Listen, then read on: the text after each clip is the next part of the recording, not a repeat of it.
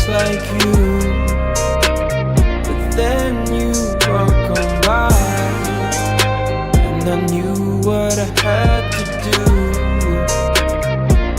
The way you're moving, and you probably won't find her. Got her rocking my chain like I signed her. You gotta remember the nights where you lied. She cried. If that's yours, then how I get behind her? Trust me, I got her, it'll be alright. You had her in the dark, I'ma bring her to the light. Plus you was stressing about paying off the lights, and if you get the tripping, then I'm a pipe. I know that's what you like, cause you my little freak. And when you get to going, you be fucking up my sheets. And if you find out what we did last week, when you was supposed to be going out with your niece, but I'ma be quiet cause I gotta keep it pee. And now you in the days cause I got you getting weak. But don't fall in love cause you know I'm for the streets, and he better not find out about me. And now she like, mess with my mind, turn down the lights, you know I do. I'm so into you, man, this girl been blowing on my phone, but I don't hit back cause I be up in my zone. Hit D&D, wanna be alone. She OD, wanna be up in my home. Fuck that, I can't get attached. I've been cracked that, you can have it back. These hoes I don't trust on top of that. I'm just spitting facts cause that won't last. These hoes love going back to the past, back to the stress and back to the laugh. Meanwhile, you be sitting having flashbacks, sitting back just trying to make the math mad. Not me, I'ma chill and get the last laugh. Kick rocks, I'ma leave the past in the past. Lock the number, now she crying, yeah, now she mad. Now she pill popping, taking half of a half. So sad, she just worried about the next play. Play victim, do the same thing the next day. Sit back, you can wait on that day. Karma come, but it don't got a set date. But I'ma be quiet cause I gotta keep the pee. And now you in the days cause I got you getting weak. But don't fall in love cause you know I'm for the streets, and he better not find out about me.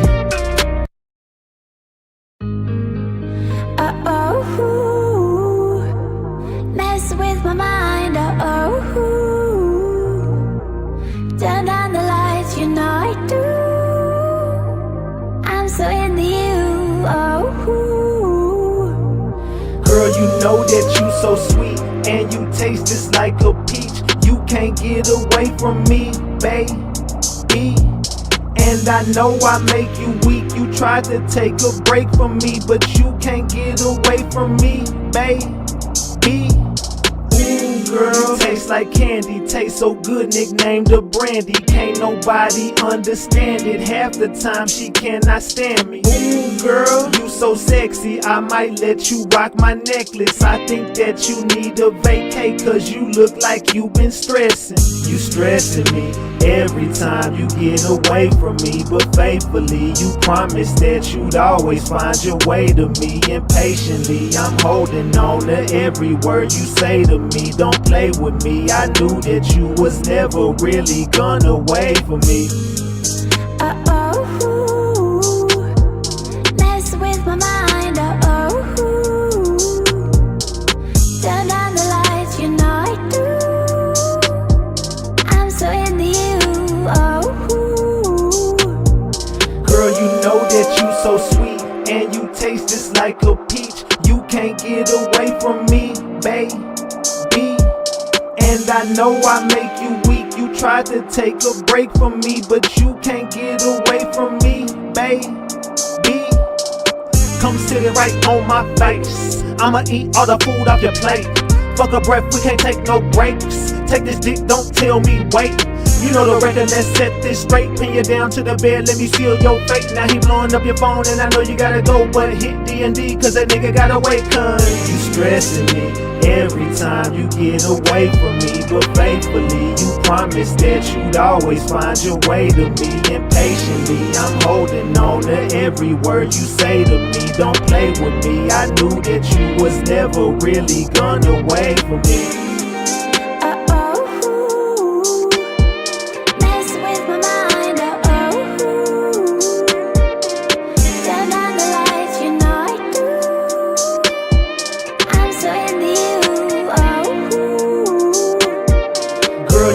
That you so sweet, and you taste just like a peach. You can't get away from me, baby. And I know I make you weak. You tried to take a break from me, but you can't get away from me, baby.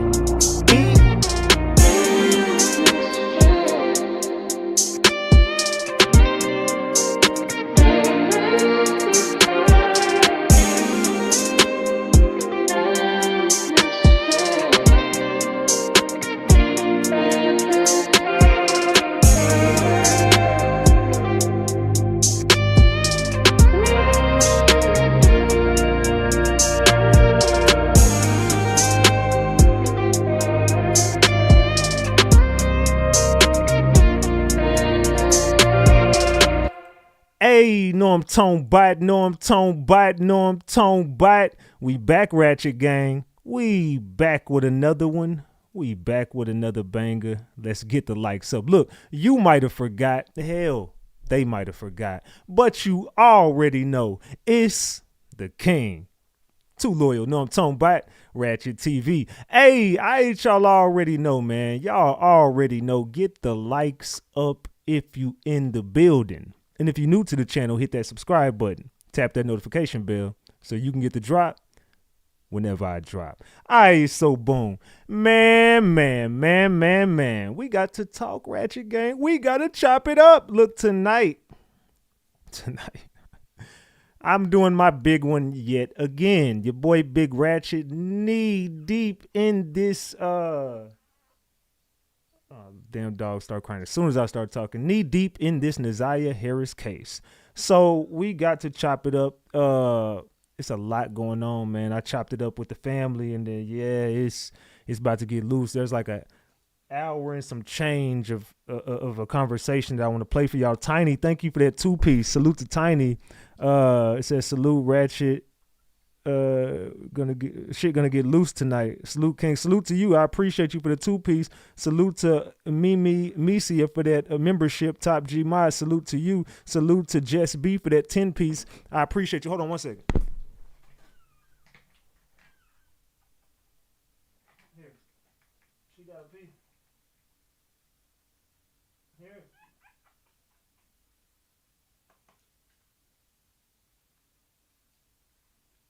Hold on, y'all.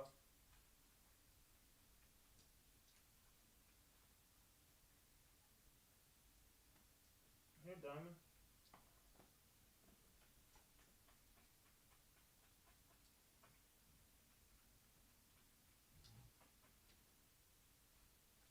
There you go, help her.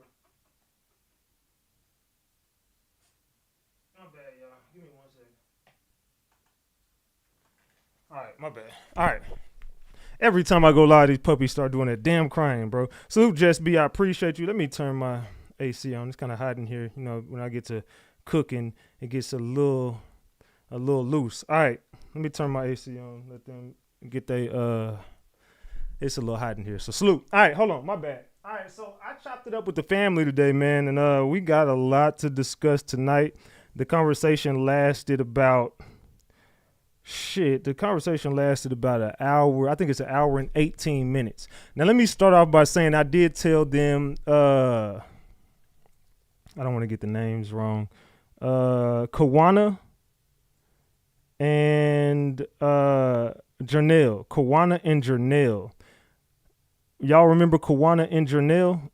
Drop the gems if you know who I'm talking about. Drop the eyeballs if you do not know who I'm talking about. Kawana and Janelle. Kawana and Janelle. I spoke to them today in the conversation. I ain't gonna lie, they told me everything. They told me everything in this case. And we about to drop the biggest gems in the Naziah Harris case. Drop the gems if you know who I'm talking about. Drop the eyeballs if you don't. Kawana and Janelle. Salute to TTD, which says Cook King. Oh, it's finna get to cooking. We finna fry some fish tonight. I ain't gonna lie, we frying fish tonight. So y'all better go ahead and get them plates ready. Everybody get them plates ready. We finna go up. Get your memberships. Everybody turn up in the chat. Salute to Leo Lavender for that 50-piece McNugget. Says thank you for the gang. Thank you for your first super on the live stream. And that's a 50-piece. I ain't mad at that at all. We already got $75 on the screen and I ain't said nothing yet. I know we can get 25 more. I know one of my Ratchet Gang members could drop a 25-piece or, you know what I'm saying, five pieces. So I know y'all can give me the honey bun before we even start. Also, something else crazy happened today, y'all. Something crazy happened today. And I'm not going to get into this right now. I'm just going to drop something on y'all. And if anybody familiar with the Alexis Ware case, if anybody is familiar with the Alexis Ware case, something weird as fuck happened in that shit today. As far as I was contacted by the Steve Wilkos show, and yeah, I'm gonna get into it before the show ends, and I'll tell y'all about it. But the Steve Wilkos show basically wants me, Alberta, and Alizé to go do a show on. I was confused by it. It was weird. I'll get to it later. We'll talk about it later, but it was very odd and strange. Salute to Assassin for that 20-piece McNugget. I appreciate you, Assassin. Salute to Tasha McNair Owens for gifting that membership to Goddess. Salute to both of y'all. Salute Nisi for that membership and for that 20-piece McNugget. That shit fits super on the live stream. Salute to you as well. Salute to Shay 2 times. Let me say it again. Salute to Shay 2 times for being a member for 29 months. She says, RG4L, we the biggest. You already know what it is. Salute to you. And drop them flowers for Shay 2 times for being a member for 29 months. JoJo threw a honey bun up, a whole honey bun. Oh, shit. We got 215 on the screen. Oh, man. Okay, we finna cook. Yeah, we finna cook. Let's take a shot to that. Let's go ahead and get this shot in. Y'all know I'm on that damn Stella Rosa Black. You know how I love that Stella Rosa Black. It's my new favorite wine. I told you that's why I be on every time I go live, man. Stella Rosa Black. All right, we finna take a shot and we finna get to this shit allegedly. Allegedly, and everything I say is alleged, and it's all under the Fair Use Act. And you can see the Fair Use disclaimer in the description of this video. And in the description of all my videos, this is just for entertainment and educational purposes only. This is just to educate my people on what we've been covering over here. Like I said, it's all under the Fair Use Act, and you can see the Fair Use disclaimer in the description of this video. And everything I say is alleged. Allegedly. Salute to GODS for that 10-piece. That's your first super on the live stream. I appreciate you. Lisa and Nino's life after stage 3 breast cancer. Salute to you for that 5-piece McNugget. I appreciate you. Salute, salute, salute. Cheers to the game. Also, I got one more thing to talk about before I get into the this situation. Salute to Jackie RN for the 50-piece McNugget. Damn, y'all showing out tonight. Thank you for the 50-piece, Jackie. Salute, salute, salute. And we got $320 on the screen. I ain't even said shit yet. Oh, yeah. By the way, y'all, I got some sad news, man. Ratchet Gang, we all had a cry the other night, man. One of my moderators ended up passing away, man. I know if y'all remember Big Jess, Say It With Your Chest, which would be Jessie Baby. Yeah, she ended up passing away from cancer. So if you wouldn't mind, everybody in the chat, please give Jess her flowers, even though she's not here no more, but we still can give her flowers and drop the prayer hands for her and her family. R.I.P. to you, Jessie Baby. Salute to you. I always love you, and salute. Breaks my heart, but salute to Jess, man. Yeah, sad shit, man. So yeah. Big Jess Say It With Your Chest passed away, y'all. So that's like the third Ratchet Gang member in the past couple months, man. So yeah, RIP to Big Jess Say It With Your Chest, man. Yeah, Jessie Baby, y'all. Yeah, I hate to break that news to y'all, and I'm sad talking about it, but I definitely want to get up here and give her and her family, my thoughts and prayers are with y'all. So yeah, we're gonna do something special for y'all here pretty soon. I'm going to plant some trees in her name. And, I just haven't got around to doing it yet. But it'll be on my agenda probably first thing in the morning. But R.I.P. Jess. Moment of silence.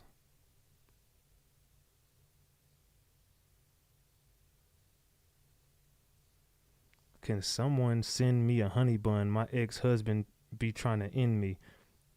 Get your ass off my channel begging for money. Anybody sending you shit? Get your weird ass on. Salute to Mimi Mishia for that 10-piece. Says, don't forget my wrench for the top G mod. RIP Jess.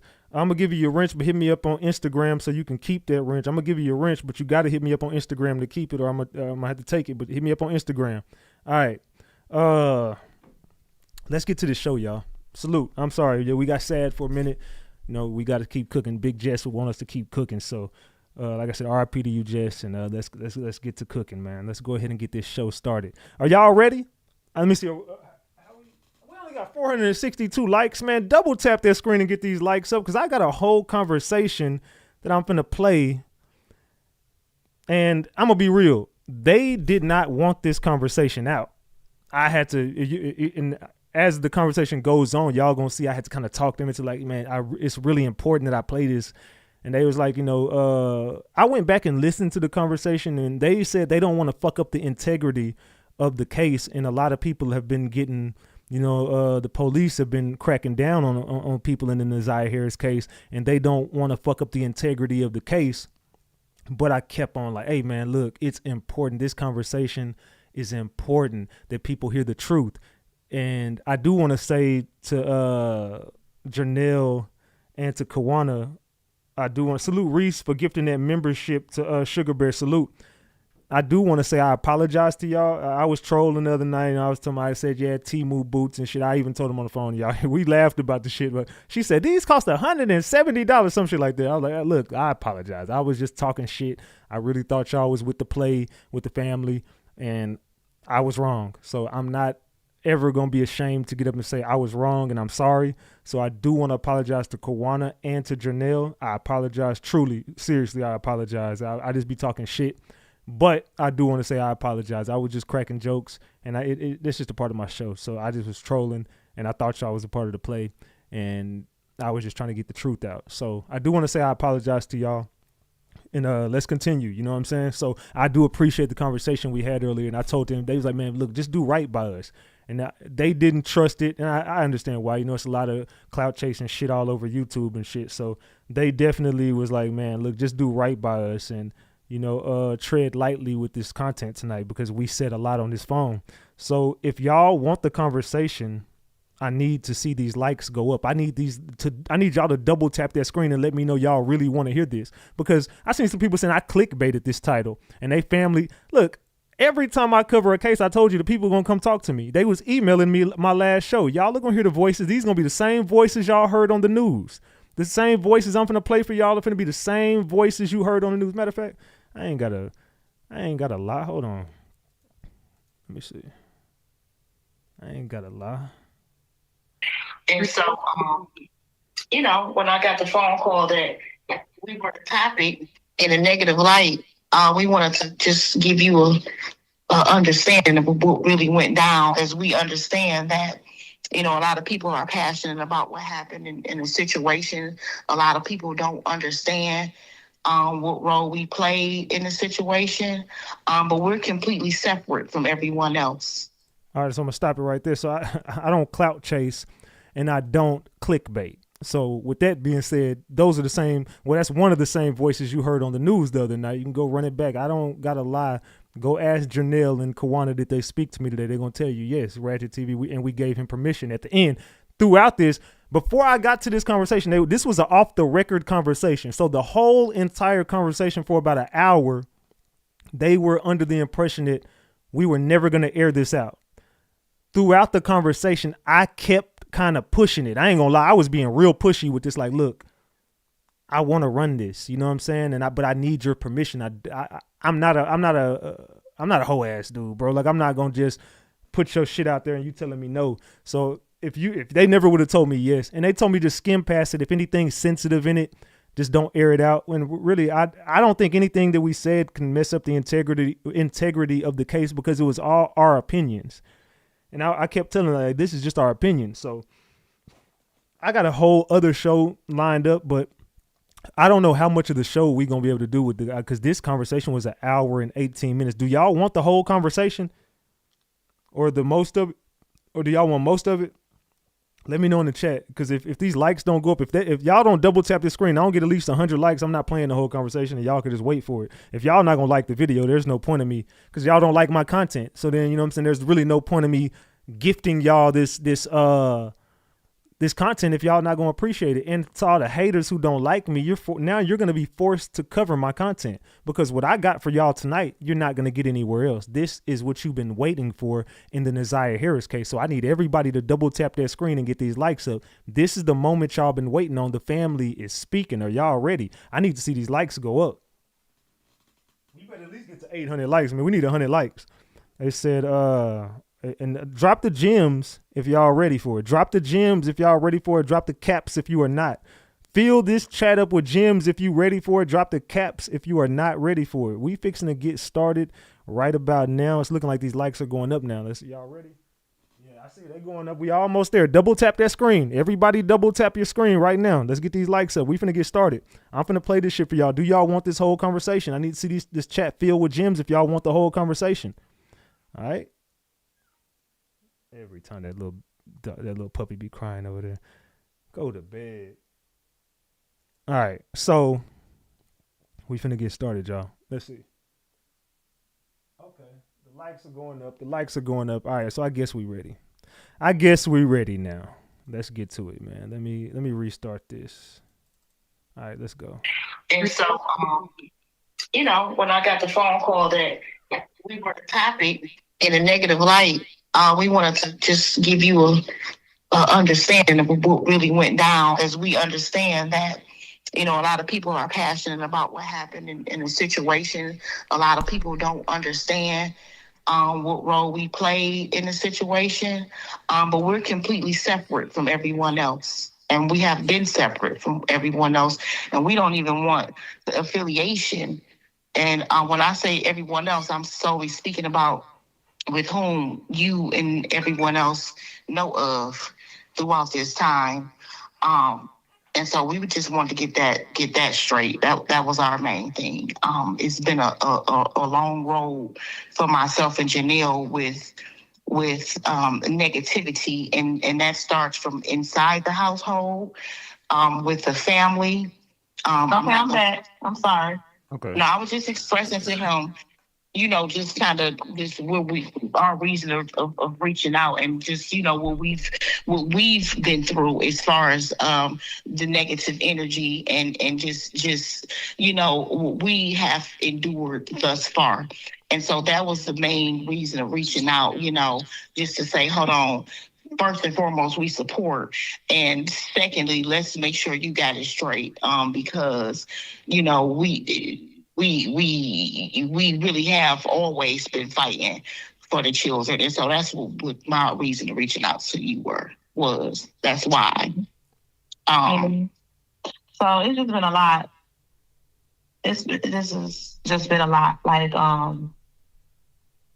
Like when we did that interview that you like reviewed or whatever, you know, like the news was at my house talking to me for an hour, but as you can see, they only aired 2-3 minutes of what I said, or a couple statements. That was about it. We did. And y'all can hear it, right? Y'all can hear it, right? Let me know. Drop the gems if y'all can hear it. So I don't have any. I want everybody to be clear on what you're hearing. Can you hear it clearly? Let me know in the chat if you can hear it clearly. Drop the gems if you can. I'm gonna rewind it 10 seconds so we can catch it back up. I was talking to me for an hour, but as you can see, they only aired 2-3 minutes of what I said, or a couple statements. That was about it. We did discuss the police department being contacted, but his main focus was CPS for that interview. The police were initially contacted when I first found out about it. Well, Shannon told me that they were calling the police. People say, well, why did you trust Shannon to call the police? Because this was going on with Shannon.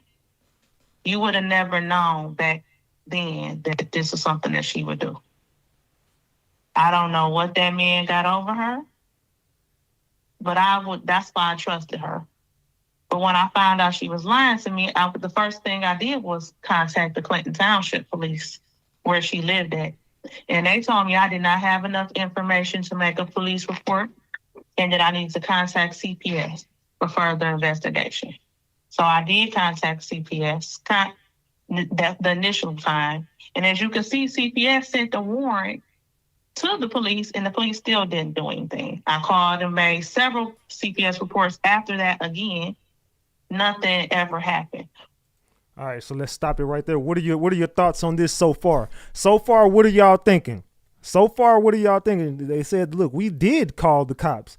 And I was I was one of the people like, well, why didn't y'all call the police? And they was, look, hold on, we did call the police. They told us we had to call CPS. We called CPS, got a warrant from CPS. I mean, CPS issued a warrant to the police. The police still didn't do nothing. Nobody was doing nothing in this Naziah Harris case. I'm about to take a shot because it's about to get loose. Now that we got this video open, now we about to get to the facts in this Naziah Harris case. The facts that can't nobody get to. Are y'all ready? It's cheers to the gang. Cheers to the gang. We even trying to tell the police what happened now. You know, we've been telling them for years, and they seem to just ignore it. I don't know if it's because Annette, she's very manipulative. She will call the police on you and lie, and they believe her. It's like the police believe her over us. And I wanna go back just real quick. Understand that this brought me and Janelle back together. We hadn't talked for quite some time. And when I found out, it was because I was dropping clothing off to the children, mainly Naziah. And Shannon pulled me to the side and said, "Let me talk to you, cuz I was dropping." Okay, it's gonna get quiet for a sec. It's gonna get quiet 2 times in this, and I had to put my phone down because I swear my puppies was doing the most. I was right here and they was in the other room, and I had to put my phone down just to go get them situated. And it's only gonna be quiet for just a tad bit, and it just listen with your ears. And I know it's gonna get quiet for just a split second, but I'll be right back to the phone. So I had to do it twice during this conversation because 2 times my puppy started acting up. Clothing on to the children, mainly Naziah. And Shannon pulled me to the side and said, "Let me talk to you, cuz before you hear about this mess, if you hear about this mess, let me tell you what Janelle did." And I said, so, what I'm thinking is just, we all as family have our this and that going on. I'm thinking that this is what she's going to tell me. And she brought up the conversation of Janelle called CPS and why. So I listened to her. I gave her moment to speak, and then I responded. That don't sound like nothing a child would say just to say. Okay, so let me stop you there. Okay, so that me and her had a little back and forth in that moment. Of her saying Janelle did this, Janelle said this, and that, and the other. So, long story short, once I left, I called Janelle. I said, "Okay, hell, what we got going on? Let me call her, and and talk to her because this not adding up to me before I make my move." And that's how me and Janelle talked about. She then informed me, "No, this is what I found out. This is what happened. The party situation, and so on." Okay, and so I immediately hopped, called CPS. And, it wasn't just CPS. It didn't stop with us just making one call. Okay. We called CPS multiple times. We talked to police multiple times. So when was like the first time you guys reached out to CPS? Like what year was this? 2022. And the news only aired 5 CPS cases, and 2 of them were ours, but there were other CPS cases of ours and other family members who made years back from the 90s. She said back from the what? Did she say back from the 90s? Or other CPS cases of ours and other family members who made years back from the 90s. They are saying that there are years upon years of CPS cases with this family, and they have been called. They said that they only aired out 5 CPS cases of dozens and dozens of. They said they have been calling the CPS on this family for years. They've been speaking to CPS on this family for years, and they said the news only played 5 minutes out of 2 or 3 hours that they sat there and talked to them. They were telling me this on the phone, like, "Hey, look, we was talking to them for hours." They only aired out bits and pieces of what we said. We said so much more than that. They didn't even play all the shit that we said. Let them continue, though. Even now to this day, we don't understand why CPS has not removed the children from the household, knowing that they are lying. And the police seem to, as you can see, the police are only starting this case from like September of 2022. Right. And I don't understand how you not going all the way back to when I did the CPS report in April 2022. The officer told me, "What CPS report?" I'm like, "You the police, you telling me you ain't doing the CPS report?" And I gave a statement to that officer, and I told her about the CPS situation. Then we had to basically go into a meeting in Detroit at the police precinct and act a fool on a community advocate. It was like a community meeting where community people come in and talk about complaints with the police and that whatever. We went in there and mentioned Naziah's name and that we were upset with how the case was going. They whisked us out of that room and made us leave. So someone said the brother was erasing the records in this case. The brother is connected in with the police. They've been going to the police. The police have been turning a blind eye along with CPS. These are the family members that are exposing everything allegedly. I asked you a question in the chat. How do you feel about these family members? And I put, these two are telling the truth, or they are a part of the play.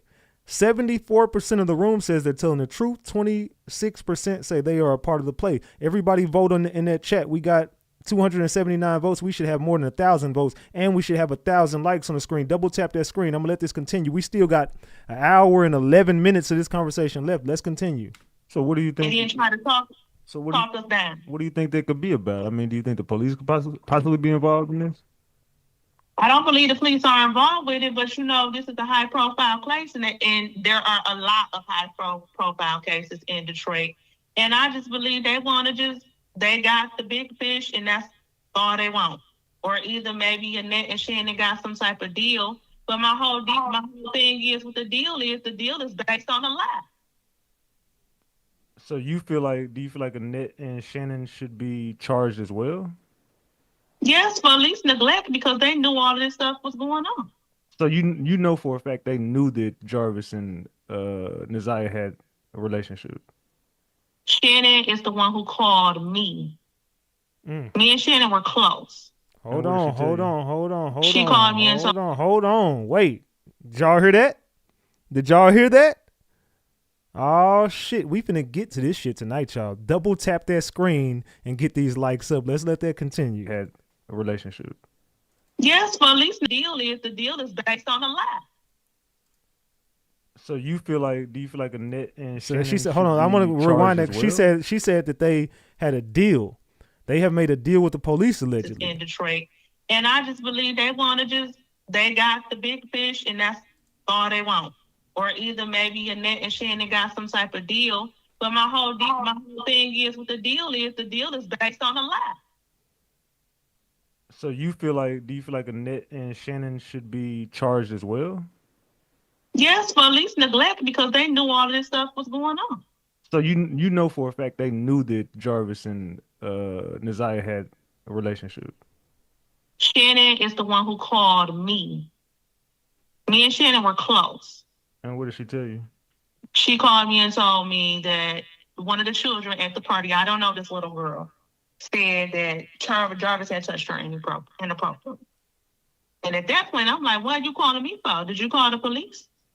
Is he dead? Like, what's going on? What you calling me for? Like, what can I do about it? Did you call the proper authorities? And she told me, no, I'm going to take the little girl home. And then my mom wants me to bring the children home tomorrow morning so she can talk to them. I'm like, y'all don't need to talk to them. Y'all need to let the police talk to them. And this is 2022? Yes. Okay. Go ahead. And that's when the next day I talked to Shannon, like, did y'all call the police? What's going on? What's happening? Have you talked to the little girl's mother again and all this different stuff? And they basically told me that they were handling it, that they were going to call the police. And then maybe a week or so later, she said the CPS was involved and that the children were getting counseling. So fast forward, this was February of 2022. So I'm thinking the police are involved and call the police, all this stuff. So fast forward to April, another incident happened. And I'm like, so is she still in? What incident? Is she still in counseling? What incident? It was another incident with one of the children being over sexualized. Okay. And I that's when I was like, you know what? You obviously lied to me. Those children are not in counseling.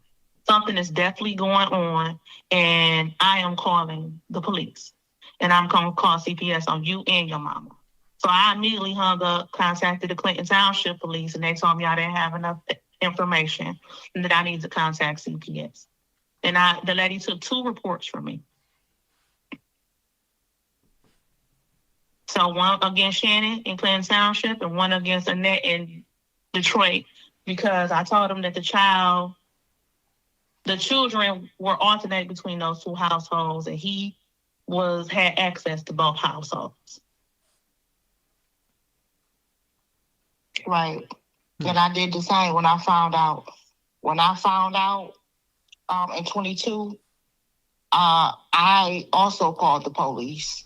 And again, we've always been directed to call CPS. The police will tell you personally They only come out if the crime is happening at that time. If there's a crime happening, if whatever we're stating is happening in that moment.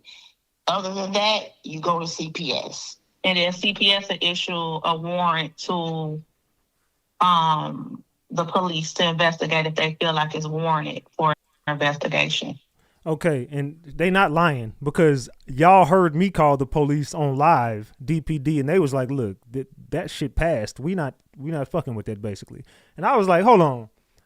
So basically, I can go down there and commit a crime, and as long as I don't get caught in the moment, it's okay. Like I didn't. And so I said, you know what? Let me call internal affairs. Then they arrested Mimi as soon as I said, let me call internal affairs. So I know I've been telling y'all I'm gonna make phone calls, but I needed to talk to these family members before I even pursued anything else. So with that being said, there's more phone calls that not only I'm gonna make, but I'm gonna make sure that we all make these phone calls. Okay, guys, I'm gonna let this keep playing, but I have to give my comments on this because but I'm gonna let it play. I'm not gonna be talking too much through this. I want to play it, but every time something happens, I want to put it on y'all mind. Like, look, we got to make phone calls. I believe Naziah Harris will help change laws in Detroit. Whatever happened to her, God rest her soul if she's not here anymore, and if she is, just be with her. But I do believe Naziah is gonna help us change laws in Detroit. So let me let this finish. But just know we're gonna make phone calls, and we're gonna call internal affairs on DPD, and we're gonna go over CPS's head. We're gonna do all that shit. So let's continue. So and then even other times and then after a while, I think we got to the point where we were calling CPS so much that they didn't believe us because we just kept calling. Then the next thing we know, Annette moved. We did not know where they lived at. Cheers, gang. And it's kind of hard to call and make a police report. You don't have an address or anything, which granted, if somebody's really doing their job, all you need to do is give them a name, some brief information, and they should be able to look them up, especially a person who's a foster parent, But it's good. I just feel like people dropped the ball. It wasn't enough investigation gone. I don't think, in some cases, I don't think that they believed us. And then what's going on now with Naziah, what's happened to Naziah, this is not anywhere by means what I thought that was going on. I knew that something was going on and it wasn't right and it was bad, but this is beyond what I thought was going on. Did y'all ever talk to Naziah or anything?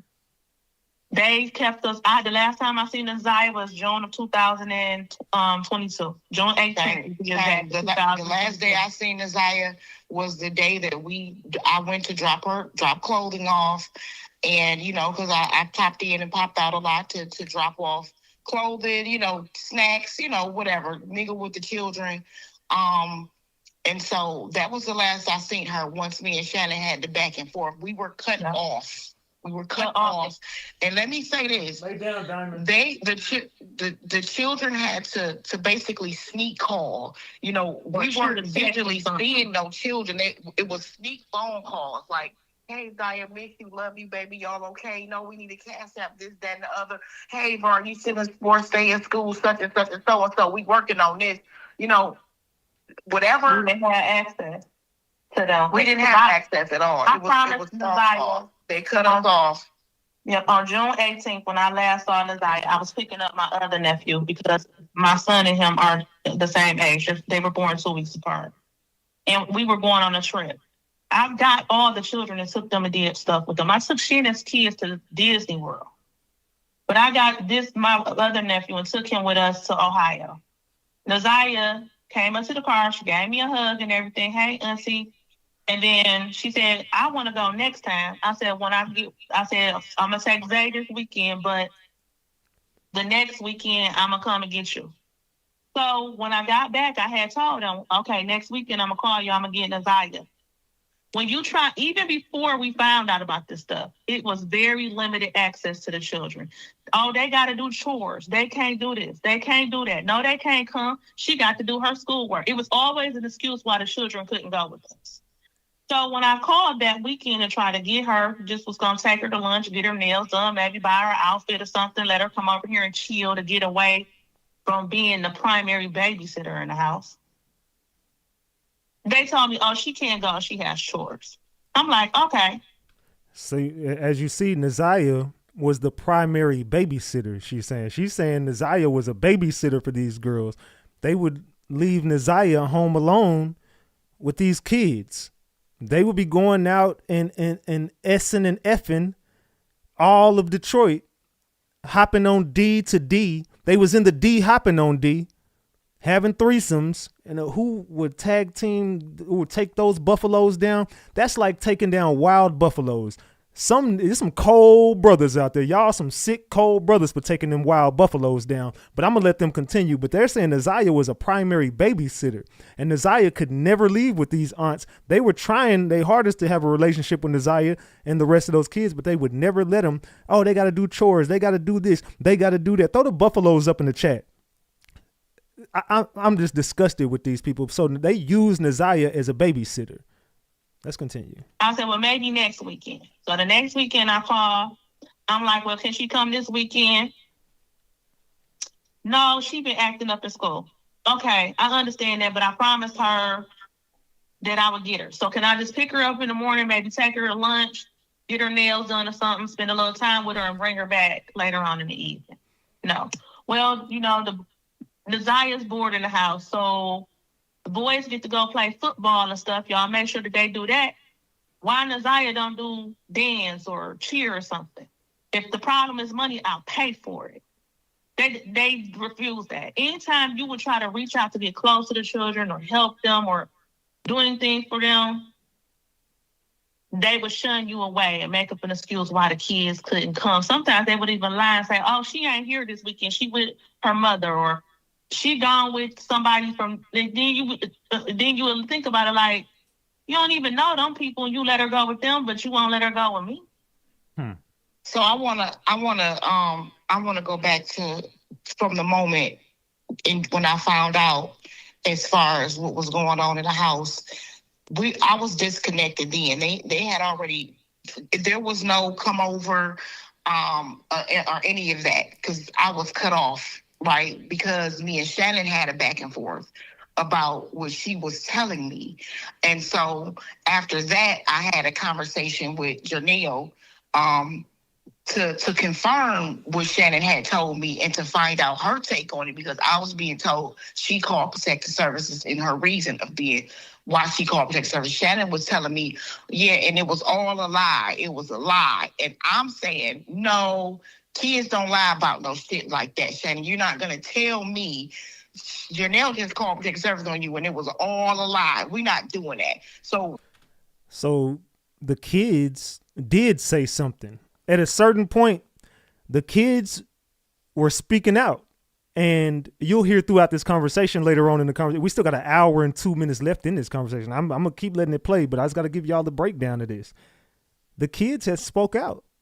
And the kids were telling what was going on in the house. And then they basically said that's why they wouldn't let them go anywhere with anybody. That's why they would just kind of keep them kids around. They were basically coaching the kids. They were coaching them to, not, what I'm saying, whatever. And they did not let the kids speak out, and they were saying the kids were lying. So I'm going to let this continue, but double tap that screen if y'all enjoying the content. How we not we just hit 1,000 likes, but we should be at 2,000 likes. We got almost 3,000 people in here. Let's go. That was me and her disconnect, right? Now I'm going to my car pissed off, and yes, I did question the kids in that moment. I'm like, oftentimes when I would pull up, they would go get in my car, sit in my car, play the music. That was my moment when as me leaving out, going to my car, a few of the children were in my car. I'm not going to say no names, but I did question them at that time. And I was told, no, it was the body language that told me different. I said, you know what? Let me hurry home, talk to Janelle, because I had already made up my mind. I was going to call. I just wanted to speak to Janelle. And once I got clarity from her, I said, okay, no problem. And I called Protective Services. I called the police. We didn't stop at police and Protective Services. We had attorneys. I was trying to get custody. The problem was for them, let them tell it, okay? Because I don't think that should have been a problem, because just saying that there was a pedophile and mentioning Jarvis at all, I had no clue he had a record of being a pedophile until this particular day when Shannon told me, oh, Janelle called CPS. And I went back and talked to Janelle. That's when she said, "Oh, he a pedophile." I'm like, "He a pedophile? Hold on." And that's when I start getting information. Oh, okay, I see we dealing with. Let me get on the phone. Let's go ahead and do it like this. So, I just want to be clear because a lot of people like, well, why didn't they just call CPS? I would have took the children. Hold on, wait a minute. There was police threatening. They had to jail us. Okay. For harboring minors and whatever, we're parents too here. Okay, so you got to think about if we go and do what everybody claiming they do, which there's still children in the house. Okay, so everybody got open opportunity to do everything that they said that we should go and do by taking kids and kidnap and so on. Okay, what good are we gonna do anybody's children, let alone our own, in jail? Yep. You just gotta make it make sense. When her brother ran away. He came to me. So you want to see how weird this is? When her brother ran away, the first people the police contacted was us. Yep. Because they said that we were harboring a minor. He wasn't with me. I didn't even know he was missing until Kiwana had informed me he had ran away first. And then the next thing I know, the police was questioning her, calling me. And I'm like, well, why is y'all calling us? Like, this is so why they think. Let me break that down. He's with us because of the allegations of abuse. The allegations. And let me break that down. When he ran away, because it was more than once he ran away, but that particular time, I did go and pick him up, okay? And I did say, listen, this is what we're already doing as this is what's going on. I and Janelle would like to get y'all out the house. This is what we need to do. This is what they need to hear, okay? And so they're already threatening. They're surrounding. They're doing circles around my place. They're calling. They're threatening my son. They're threatening me. If we see him in your house, if we see him around, everybody going to jail. You do know that, right? I mean, I'm getting threats from the twins. I still have messages of them calling, threatening me. And I'm telling them, well, meet me outside. I'm waiting. Meet me outside, okay? Well, you need to send him home if he comes to you. Hold on. Send him home, why? Oh, let's talk about the allegations. Let's talk about the abuse. Let's talk about what I'm being told. Let's talk about that. What do you mean just send him home? So here's the thing. And like I told him, and I want to be clear, yes, I love her brother. Yes, we've been around these children all their lives. Yes, we acknowledge that there is a problem, and that problem is fear. Okay, it's like everybody's scared to just say what needed to be said or do what needed to be done. And I take the understanding of knowing that he was a minor, and not only that, but these kids and children and everybody has been conditioned mentally to be afraid. Okay. And I'm not trying to make that an excuse. I'm just trying to take my emotions out of the equation and what I would say and what I would do and say, you know what? Because it's for years, we still scratching our head. Like, why won't such and such just say they know? Why won't so-and-so? We've had family turn against us. I've had family turn against me. We have been in this ride by ourselves. Okay, so what are you guys thinking? Or do you feel like they're telling the truth? If you feel like these ladies that called me today, Janelle and Kawana, if you feel like they are telling the truth, drop the gems in the chat. If you think they're lying, drop the caps in the chat. I want to see it flooded in my chat. If you believe them, drop the gems. We still got 57 minutes of this. Do y'all want to, and also tell me if y'all want to continue this conversation. And for all content creators, feel free to use my content. Feel free to cover this shit. By all means, salute to y'all. I'm telling you, you need to use this. This is important. What's happening right here is very important. So feel free to use this. Let's continue. How do you guys feel about it? Let me know in the chat. Also, double tap that screen, subscribe to the channel. Let's get back to it. Okay. Now, granted, there's a few family members that, like I say, live out of town, so on and so on. But the people that I feel supposed to love and stand with me, they didn't stand with me, and that's okay. Everybody got a right to their opinion. Everybody got a right to feel how they want to feel, So this has been a walk that we felt like we have walked alone, you know, by ourselves. Walking it because we don't feel And like we we still walking it.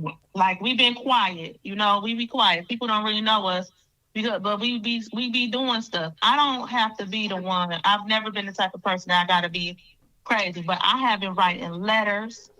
I have been calling. I've been filing complaints. I've been doing all this stuff, and it's just like they not doing anything. And I'm learning that the system is just really fucked up. Like Cheers, y'all. the justice system is fucked up. CPS is fucked up. All this stuff is just fucked up, and they want to blame it on being overwhelmed. But being overwhelmed, that's where call, right? yeah, but there's also some things that we can do. Now, I know y'all want this off the record, and if you want it to remain off the record, it'll remain off the record. But if your voices are heard and people actually were to I can get this story out to the mass public, and I know who to call to get the people who we've been calling in trouble for not doing anything. If those kids are still in that home after all of this, I know how to get them out of that house. Trust me, I know who to call to get them out of there. And let me say this, it's not our goal to just get them out the house, Ratchet. Our goal is to get them out the house and actually get the children. Actually, you get what I'm saying? They don't even want us around the children at all. Like we've tried to check from mouth to mouth, you know, from other sources, say, hey, are the children in custody? Because we want to get the children. However, we got to break up. We can't even get that far. Well, they would rather the children be in custody than be with the two people that's been fighting from the beginning, whether they like it or not.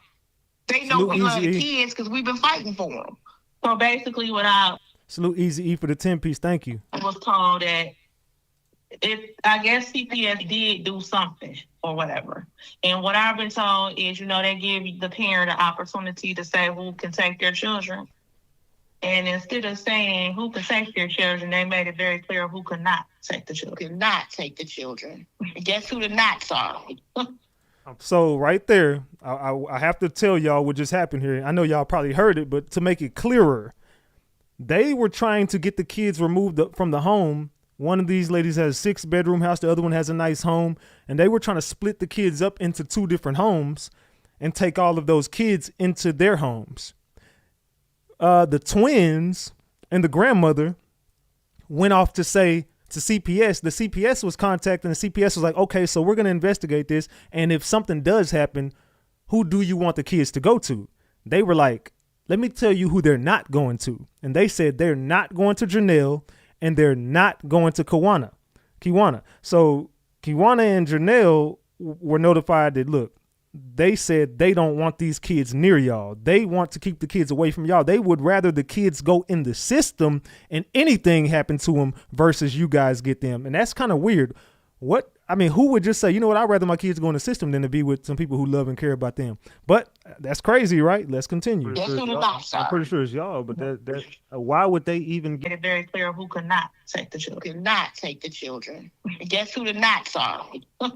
I'm pretty sure it's y'all, but that why would they even get a say so in anything when they're hurting their kids? But like I said, this is crazy. That's the part of the system. That's what they do. They give the parent an opportunity to say, okay, we're going to move the children, or, you know, if we have to remove the children, who would you like to take care of take your children while you go through the motions of, they give you an opportunity to go to programs or do whatever it is, you know, depending on what extent they want to say the abuse is or the charges are. And then you go through a program, you can eventually get your children back. Okay, so let me ask you this. What was the situation when Naziah first went missing? Like, what were y'all under the assumption of? Well, we didn't find out until that Thursday after she had went missing on the face. Somebody called me and told me, your niece is missing. And I'm like, who? And she sent me the screenshot, and it was Naziah. I'm not going to even lie to you. My first assumption was like, damn, this girl done ran away. Mm-hmm. But knowing Naziah, she ain't not, after, that was a Thursday night. Friday morning at 8 a.m., I called the detective who was over the case and let her know what I knew and what was going on, and et cetera. And I kept in touch. I think I called her like that Monday. to see if, because I figure, okay, she gonna go back home. She gotta go back, you know. But I was letting them know, like, look, this is what has been said going on in the house. This is what I was trying to do. No one will listen to me. Kiwana also called that same statement as well. Sure did. And then when I talked to her on Monday, she said they had not heard anything from Naziah. Has she reached out to me? I said, no, she has not reached out to me. I haven't talked to Naziah. It's been over a year since Naziah last messaged me on any type of social media. And when she would message me, it wouldn't be a conversation.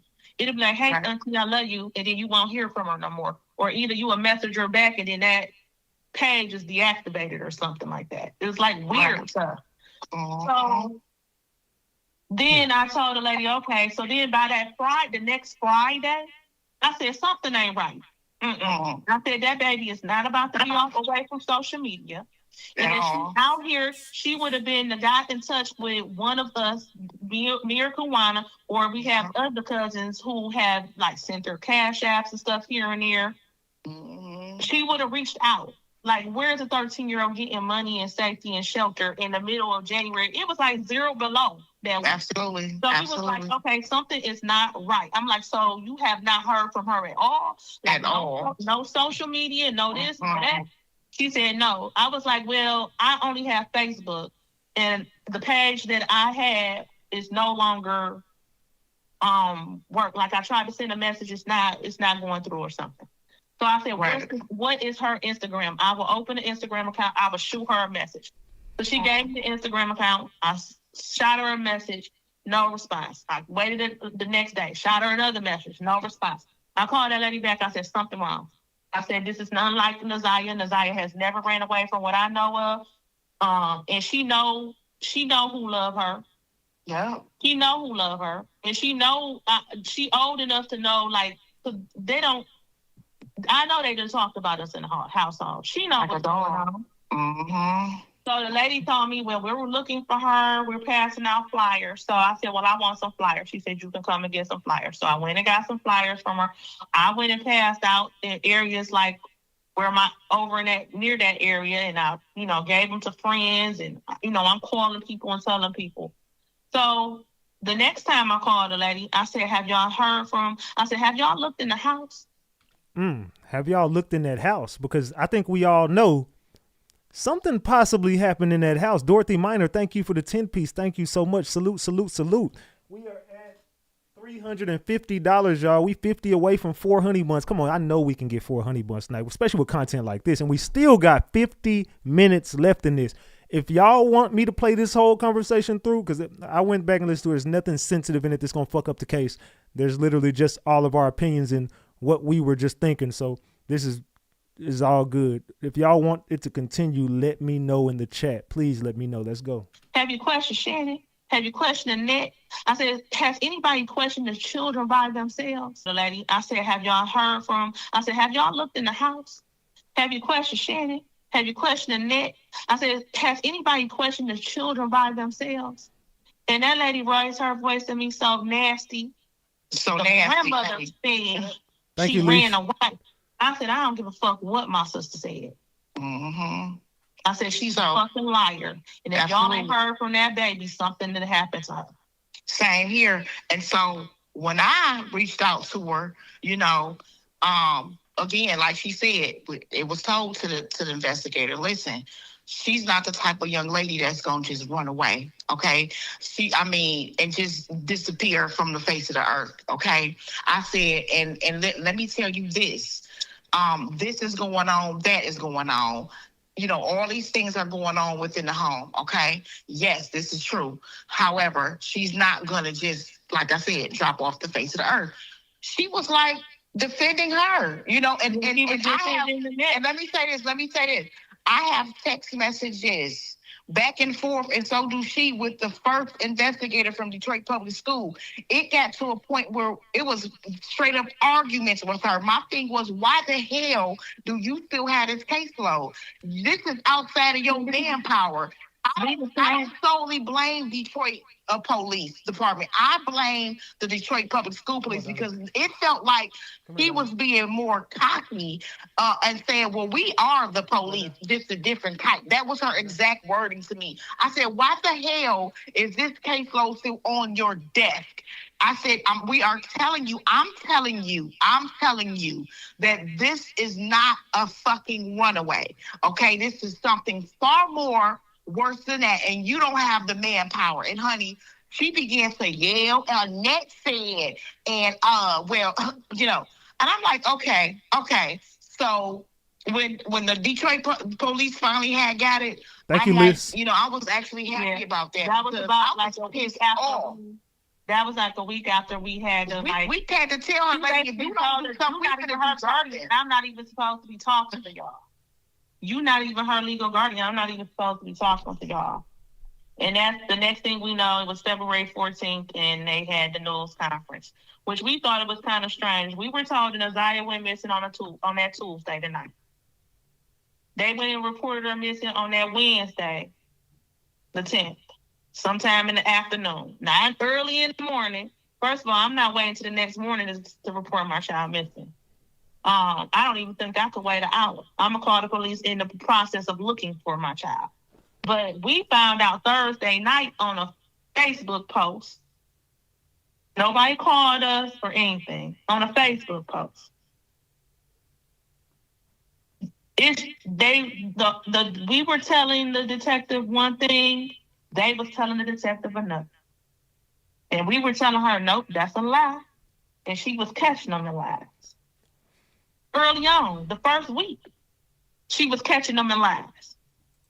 So they've been lying. Everybody been knowing they was lying. Thank you, Liz, for the 5-piece. Thank you, Leash. Thank you, Dorothy Minor. Salute to everybody that's supporting the channel. Salute, salute, salute. Let's continue.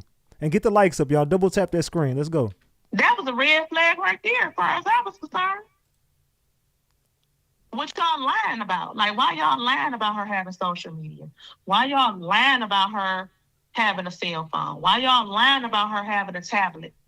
See, and as you see, she did have. They're even saying Naziah did have a cell phone, and they're lying. She also was saying she's lying about Shannon saying that Naziah used to use her phone. Like, Naziah didn't use your phone; she had her own. You're lying about the tablet. You're lying about the cell phone. You're lying about her using your phone. All y'all are doing to these people is lying. Why the fuck do y'all keep lying about Naziah? Why won't y'all tell the truth? What the fuck did y'all do with Naziah? What the fuck did y'all do with Naziah? Let's take a shot, gang, because this shit's starting to piss me off all over again, man. Cheers, y'all. Why y'all lying about her using Shannon's phone all the time? Like, that right there should have been enough for her to transfer that case over to DPD, because about her having... What y'all lying about? Like, why y'all lying about her having social media? Why y'all lying about her having a cell phone? Why y'all lying about her having a tablet? Why y'all lying about her using Shannon's phone all the time? Like, that right there should have been enough for her to transfer that case over to DPD, because that's like you withholding information from an officer in a police investigation. So, right. It was so while they were hiding the tablet and while they were trying to not be honest about the phones, we were like, oh no, I specifically gave her telephone numbers that I received phone calls from all the children, because they were calling, you know, whether it was talking to me, whether it was talking to my children, but they had to sneak and do it. You know, they could, you know, the visual, us seeing them visually, that had been gone, you know. And so I said, no, lady, she had this number, that number. These are the numbers that I was receiving phone calls from. She had multiple tablets.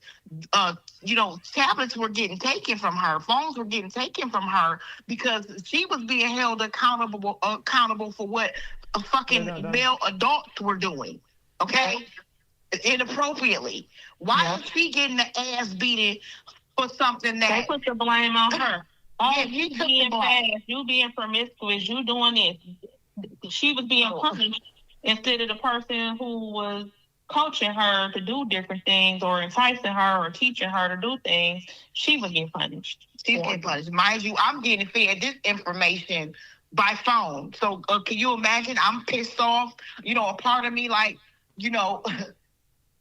And then once they moved and we didn't know where they was at, it was even worse because you couldn't just we could have a contact. We didn't have no And make no information. mistake. And make no mistake. We were purposely not giving addresses. We were purposely not like it. This was an on purpose thing. It was everybody knew. The children knew. Do not, because I tried to get it out of one of the children that called me. You know, where you guys at now? I need the address. We can't give our address out. Oh, Nana said we can't get an address. You know, She don't want nobody to know where we live at, because I guess that was her like her way of keeping us from filing any further reports and stuff like that. I don't know, but So where will Roxy Yeah. come to play in all this? yeah. Right.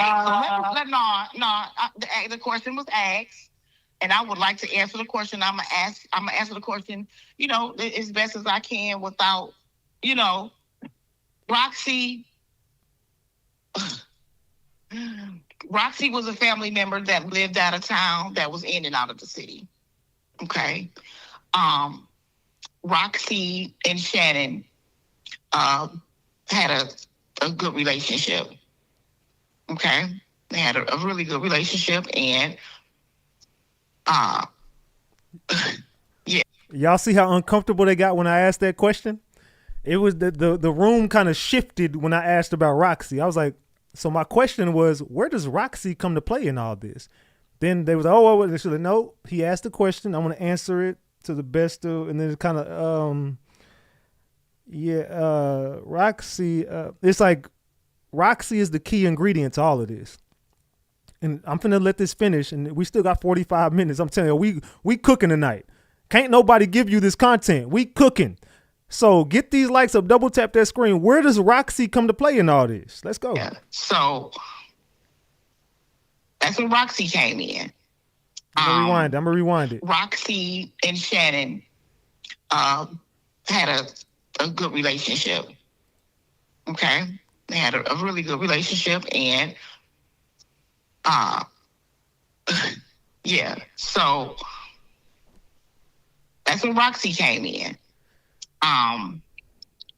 You know, a lot of things was just a mess. I'm gonna say that, you know, and we were clueless as to, you know, what's really going on. Because my thing is this, and this has always been my thing. If we're family and we all got the same fight and the same thought process, and that's what it's supposed to be. It shouldn't feel like we're under attack. You know what I mean? It shouldn't feel like we're being thrown under the bus, or you're trying to demise our character. You're trying to be malicious, you know. I'll say that.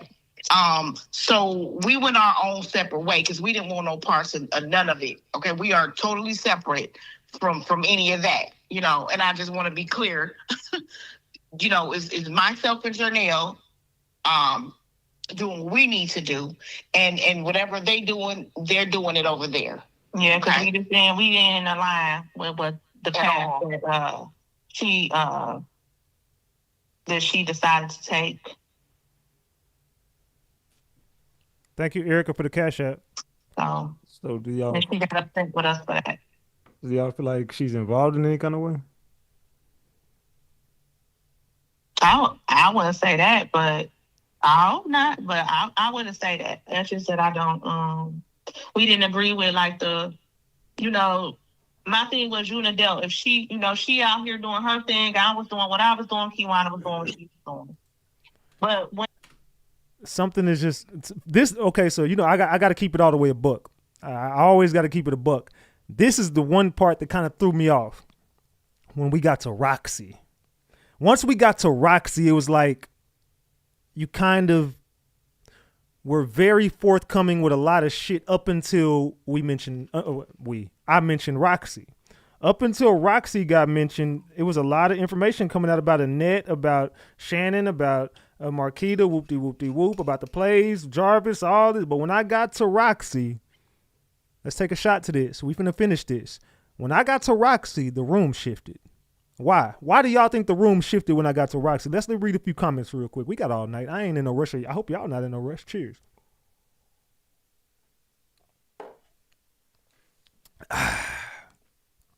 Why do y'all think it shifted when I got to Roxy? We got almost 3,000 people in here. We should have 2,000 likes. Double tap that screen. Why did it shift? Say Roxy is the candy man. They still lying. They're all protecting each other, they said. Roxy is something Roxy, something ain't right. They said it's a lot they don't want to say about her. Ooh, the chat is. They said she's the handler. Roxy is connected. They said Roxy was messing with Shannon. They said Roxy and Shannon had a relationship. They said because they don't want to say the wrong thing, LOL. They ain't lying, they said. They scared of Roxy. Ain't Roxy and Shannon boyfriends? Oh, what is BFs? I don't know. Boyfriends, best friends? What? I don't know what the hell you mean. I think they telling the truth. Is the police officer her dad or brother? Roxy is the bottom B. Okay, let's continue, gang. Oh, they talking that shit in the chat. Let's go. And it came down to like going into people's houses and accusing people on the internet and all that. We like, what is you doing? You don't. First of all, it's not safe. Second of all, you can't just go. You're not the police. You can't just go and accuse anybody because somebody else on the internet then told you this person may be involved. Come here. Get this much information as you can, take it to the police. And then when it started to be after, the arraignment and all of that stuff had happened. Because we were together when we protested at the courthouse. Yeah, the protest was actually Janelle's idea. Yeah, so we all did that together. But then when it came down to the GoFundMe, I was like, what we need a GoFundMe for? And hold on, the GoFundMe, when the GoFundMe was mentioned, we said if there's going to be a GoFundMe, it should be tied straight to the police. To her reward. It should be tied to her reward for more information. Nobody should be collecting the GoFundMe. It should go straight to the police to up that reward, because the more you up that reward, somebody going to get to talking. And so that was not what I didn't understand, not saying anything against her, but I didn't understand, why she had said she moved here and so on. Because my thing is just be honest. People can accept you for what it is, or, that's when things got a little shaky for me, because I was like, well, I didn't understand where it was coming from, you were in the city. We all knew about this thing because Kenya put it out on Facebook. I called Kenya personally to say not for help, not because we had already started doing what we were doing. So the phone call to Kenya was not about, please, cousin, I need you to put this information out. That's not what it was. I called Kenya just to confide in someone because I was at war with the household. This, I still got messages threatening me, and I was literally just having a conversation with my older cousin, okay? Yeah. And she asked me, after that conversation, do you mind if I call and get clarity? Because she talked to Annette regularly. They were like, bestie cousins and so on. And I said, whatever you need to do, I don't mind if that's what you need to do. I'm not lying. It's honesty. And so she called to have a conversation with the child that accused him of the improper touch that brought this all to service. And she then called Annette. Annette didn't like the conversation and she hung up on Kenya. Her daughters went to the internet to attack Kenya. Attack her. And then Kenya then posted that post saying, as a response to what they were doing to her on Facebook. So that's why she made the post, to basically say, oh, well, since y'all coming for me on Facebook, bow, it's a pedophile in the household. You get what I'm saying? So to say who didn't know is goddamn that's a lie, because if you follow Kenya, if you follow Roxy, I didn't even have a Facebook. Let me tell you that. Janelle is the one that made me make a Facebook not even long ago, just so I can kind of keep up with what's going on. So they follow all the family. Hell, they follow more family than I follow. And so, most of my family knew that had social media that followed them. Yeah. Okay. And they just chose not to believe. They just chose not to either believe or stay out of it. But most of them were very still actively and closely linked to the Harris family. And we weren't. The allegations. We were cut off. Despite the allegations, which, what, that's fine with me. But I wasn't about to be associated with them. Not knowing what I knew. And the only thing I wanted was the safety of the children. And there's still 7 children over there. Yeah, that's been our concern. 7 children in that house. Everybody can feel some type of way. about There's us a total even of still. 9. There's a total of actually 10 children. It would have been 11 with Nasiah, but there's a total of 10 children that are being closely connected with the family. 10 children, y'all. There's still 10 children closely connected with this family, and from what they told me, those kids are still in that house. And for the people who saying, I thought you said the kids were moved. I never said the kids were moved. It was reported to me that they were. And even after it was reported to me, I still called CPS the following day. I didn't know. I've never confirmed that these kids were removed. I've never been the one that said these kids was removed. People was reporting that the kids was removed. I am the one who called CPS after it was reported that they were removed, just in case they weren't. Because I kept saying, I can't confirm that, y'all. People are telling me, but I don't know. But there's still 10 children that we need to save.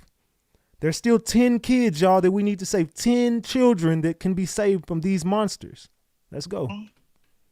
And our goal is not just to get them taken, but to make sure they're in safe households, because, you know, there's a lot of horror stories happening within CPS. We don't want them to go from one mess to another mess.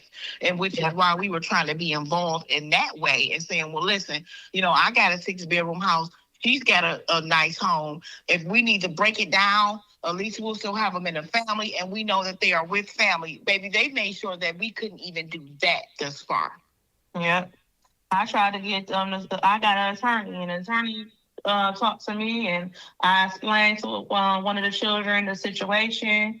And because of, you know, like fear, they are coached what to say, what to do, what not to say, what's happening in this house, stay in the house, we sleep under the rug. We handle stuff in-house. Absolutely. And the lawyer told me, well, they don't have to tell me anything specific about what happened. I just need them to say, I don't feel safe.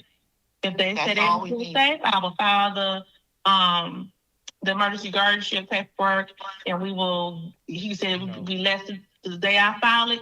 I'll probably have a court date the next day. And he said, you can actually go ahead and take the child from the house, but the child will not say that. So that was what kept us from being able to get the children out the home, is a child needed to say exactly what she just expressed to you. And guess what? The children were being questioned around them. So yeah, right. I questioned CPS about that. Why, you know, are you guys taking the children out the home? Are they being taken out the home to be questioned? Because of course, if they're being questioned in-house, they're not going to be honest. Like, create a safe space. And they're saying that these kids was questioned around them. So they've already been coached and coerced into, hey, say this, you say this. And then once they got around them, they were in front of them. So of course they're kind of scared. It's kind of like fear mongering. And you're basically instilling fear in the kids. Like, you question them around me and they're not going to say nothing around me. But they were saying, why don't y'all get those kids by themselves? If you can get them by themselves, they'll tell y'all the truth. I don't know. What do y'all think about that? I think that they should have, you know what I'm saying, taken the kids and question them by themselves, and they probably could have got a different story, and they could have saved this little girl Nasiah, and she would still be here. You know what I'm saying? She's no longer with us, I believe. I don't know that to be true. I believe she's no longer with us. She could still be out there somewhere. We don't know. But I think a lot of people are under the impression that Nasiah is no longer here, and they could have done more to save her. And if you couldn't save her, why not, if you see what happened to Nasiah and the ending result, why not go save the rest of those kids? It's still 10 more to go. At least for them to have opportunity to say, you know what, this happened, that happened, I am afraid, whatever. Okay. Yeah, they didn't do that. You know, the investigation that you looked at, that probably was the one-time meeting, one-time thing. We made the report. I made the report on the 13th. They went over there. They contacted them on the 14th. They went over there, did a brief little look around, talk to the kids, and documented that report. It wasn't an investigation. And my every call back would be, y'all know it's still kids in the house, right? Right. Yep. Okay. I'm calling back because clearly I called and there's still kids in the house. We just keep calling. Nothing's happening. Oh, well, we go over there. We investigate. This is the process. If they find a reason, if they don't, you know, and this is what we have been going through. And it wasn't the same allegation with each report. It was one allegation after another allegation after another allegation. One of the allegations included Jarvis. The rest of the allegations were for other things that the children that were doing that were inappropriate for children to know about or do. And they didn't do anything. And a friend of mine who worked for CPS, she said, you keep on sending these CPS reports. After a while, they just gonna start thinking you just making shit up. Right, and my allegations against Jarvis was Clinton Township and Wayne County. I made sure I put the press on Wayne County as far as CPS and out there. And I also called her apartment complex to let them know y'all have a pedophile within y'all apartment complex. And I talked to the manager and everything and expressed this is going on. He's a and she's saying he's a PDF and so on. And then I also my friend recommended, okay, we'll make a report anonymous. So we tried every trick. Do y'all feel like it's possible that Naziah is still alive, or y'all just feel like she's not here no more? I don't have no idea at this point. It's so many stories and so many rumors, but I just try to lean on the side of what the investigation the police has. Yeah, like that's all. The evidence say a lot, but we don't even have all the evidence. That's only like a little bit of the evidence that they have, and the evidence say a lot. But I'm just keeping hope alive. Like without a body, I can't accept that she is gone. Like I can't accept it. Like, what do y'all think about that? I mean, I think I'm asking good questions, but I'm also being a great listener because I just feel like the more I let them talk, the more information I'm going to get.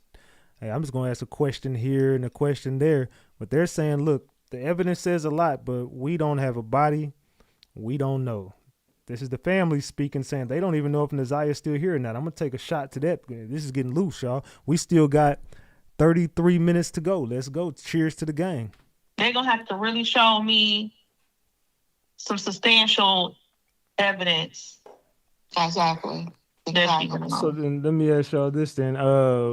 How do y'all want me to get this information out? Because, well, obviously it's all recorded, but I will not release nothing if you tell me not to. I'll just have to go through and paraphrase everything and write notes down if you don't want this out. But I just think it'll be harder for us to do anything as far as I can make phone calls all day, but I just think that you as the family, y'all voice has to be heard at some point, and we have to put pressure on these people in order to save the rest of these kids and to get Annette and Shannon to be held accountable. So how do you want me to get this information out? I don't know. Like, but I know what's gonna happen. What? I mean, we all know what's going. She said, "Well, I know what's going to happen." One of them is in the chat right now. I'm not even going to say who, but I know they are because that is the name on the email that they would have been sending me. So I could see one of them is in the chat right now. I'm not even going to say who or what name they're under. If they want to say who they are, they definitely can. I ain't going to put them out there. But I see one of, okay, that was K-Tip, okay, is right there. Okay, so she said, I'm here. I told you, yeah, they're here right now. That's the same name on the email that they were sending me. So, yeah, they in the building right now. And so if you see K-Tip, okay, that's a Naziah's family. They're in the chat. Salute to you. Salute. Happened. But I just think that, okay, that's Kawana. Salute to Kawana, y'all. Kawana is in the chat. Salute. Salute to Kawana, y'all. The best thing for everybody is for you guys to speak. And if you're the only people in the family, and I will apologize to y'all for having it wrong, but I just feel like y'all are the only two people that I've seen that really give a damn. And if you guys' voice is not out there, then nobody's going to speak up. And you might encourage somebody else in the family to speak up, because I feel like more people in the family all knew about this and all kind of had indication that something in that household was going on, because, I mean, it's just been a long list of people that came from that household that have been, you know, touched on, or something weird happened with other people. I've even heard something about the Eric guy. You know, he's the tier 3 offender, and they said something about him and Annette had a kid together at 11 years old or something like that. And no, that's not true. Okay, that's not true about as far as that. I don't know about Eric's personal criminal history, but I pulled it up. He's definitely a tier 3 offender, and he shouldn't have. He was around Isaiah too, and you know. Yeah, but I know that her child isn't by him. Okay, so yeah, I just feel like you guys need to. I feel like your voice should be heard, but obviously, I'm gonna respect whatever you guys say, and if I gotta go use some AI technology and just paraphrase everything, I'll do that. But it's totally up to you guys, and I'm gonna just You receive any backlash from the police? the police. I mean, I actually made. I got an arrest to be made in this case. The girl who is going around, the Mimi girl who was breaking into the shop and doing all this stuff, she got arrested. Did you talk to me? Yeah, I talked to her. Right. Yeah, she came to my show a few times, and Yeah, did she tell you who was with her when she was in that place? Right. I found It's out. gotta- I found out Roxy was with her. Roxy. Roxy. So you know what's next, right, Roxy? So now that I got an official arrest to be made, Roxy, you broke and entered into a building on live too. I got it on my channel somewhere, but somebody send me that video when Roxy pulled up with those shovels and walked into that building. With you also broke into a building too, Roxy. You're going to jail too. I'm gonna put pressure on them to arrest you. I'm gonna put pressure on them to arrest Marc. I'm going to put pressure on them to arrest Annette. I'm going to put pressure on them to arrest Shannon and Marquita. Roxy, you also was in one of those buildings, and we got it on camera. Yeah. You know what? We try to be humble. You just gotta pay attention, right? I don't really solely blame me, Roxy. I'm gonna be honest with you. Yep. Roxy told her to meet her there. Okay, Roxy told that girl to meet her at that address. Roxy went when Roxy got there. Roxy said, "Are we on the internet? You know, are we on Instagram?" And then Roxy asked for the shovel, and then they continued to go into the building. So I don't really know what's going on myself. And I don't know what if this you young know, lady is saying. like back earlier in the investigation, it was Remember Roxy? I'm gonna rewind it a little bit so we can catch right back up. But remember Roxy pulled up and was like, "Oh, I saw y'all live on Facebook." It's like, first of all, weirdo. No one just sees someone live on Facebook at a random building and just pulls up to the exact building they're at unless you already knew the address. So Roxy, you tried to throw rocks and hide your hands. Roxy, I've been hip to you since day one. Everybody else was fooled. And a lot of y'all got to admit right now, Roxy had a lot of y'all fooled. I was the one person like, nah, bro, she's a part of this shit. I don't trust Roxy. I kept telling y'all, bro, something about Roxy, bro. She's the ringleader to me. I think Roxy is the one person that no one is paying attention to that knows everything. And a lot of y'all got to admit right now, just be real. She had a lot of y'all fooled, but let's continue. I don't really know what's going on myself. And I don't know what if this you young know, lady is saying. like back earlier in the investigation, there was another social media influencer from Detroit that ended up getting arrested, who also was with Roxy. And Marc is going too. I'm gonna get. I just haven't even had time to work on him yet. He thinks he's safe. Marc, it's not Marc. It's another one. Oh, I have to. Marc, I know Marc. Like Marc. Marc is who I first talked to about it. But it's So let me put this That's on how it the block. got started. Let me start this. It flipped the script. Flipped all right. But once Roxy got involved, the whole scenario changed. So Janelle went to school with Marc. Marc knows Janelle, okay? When this went down, Janelle went to Marc and said, "Hey, this has happened to my niece. You know, can you put this, you know, her and her family know of him." Okay, so he was so-called supporting the story and put it on his podcast, okay? Got me an Then interview Roxy with one of popped the out. news. Got me an interview with one of the news places, one of the news networks. And we went on there. And when we went to the thing, Roxy was there, which I don't remember. Like I'm Annette's half sister. We have the same father, so I don't remember meeting Roxy. But I see in a picture that we were in a picture together. So I assumed that was like the first time I had met Roxy. I didn't recall meeting her, but you know, like whatever. All hands on deck. If we all in support of figuring this out in Isaiah, well, eventually Marc turned on me and he ran with Roxy. Now answer this question. If you've been knowing this girl all your life, where do your loyalty supposed to stand? I mean, with the person you knew. And the When person Roxy who came gave you the along, information. he let her drag us on the podcast. I'm talking about drag us. With the say Tammy we were lady. suspects Yeah. and all type of crap. So Roxy was saying that these two ladies were suspects. Roxy, Mimi also said you were digging up bones.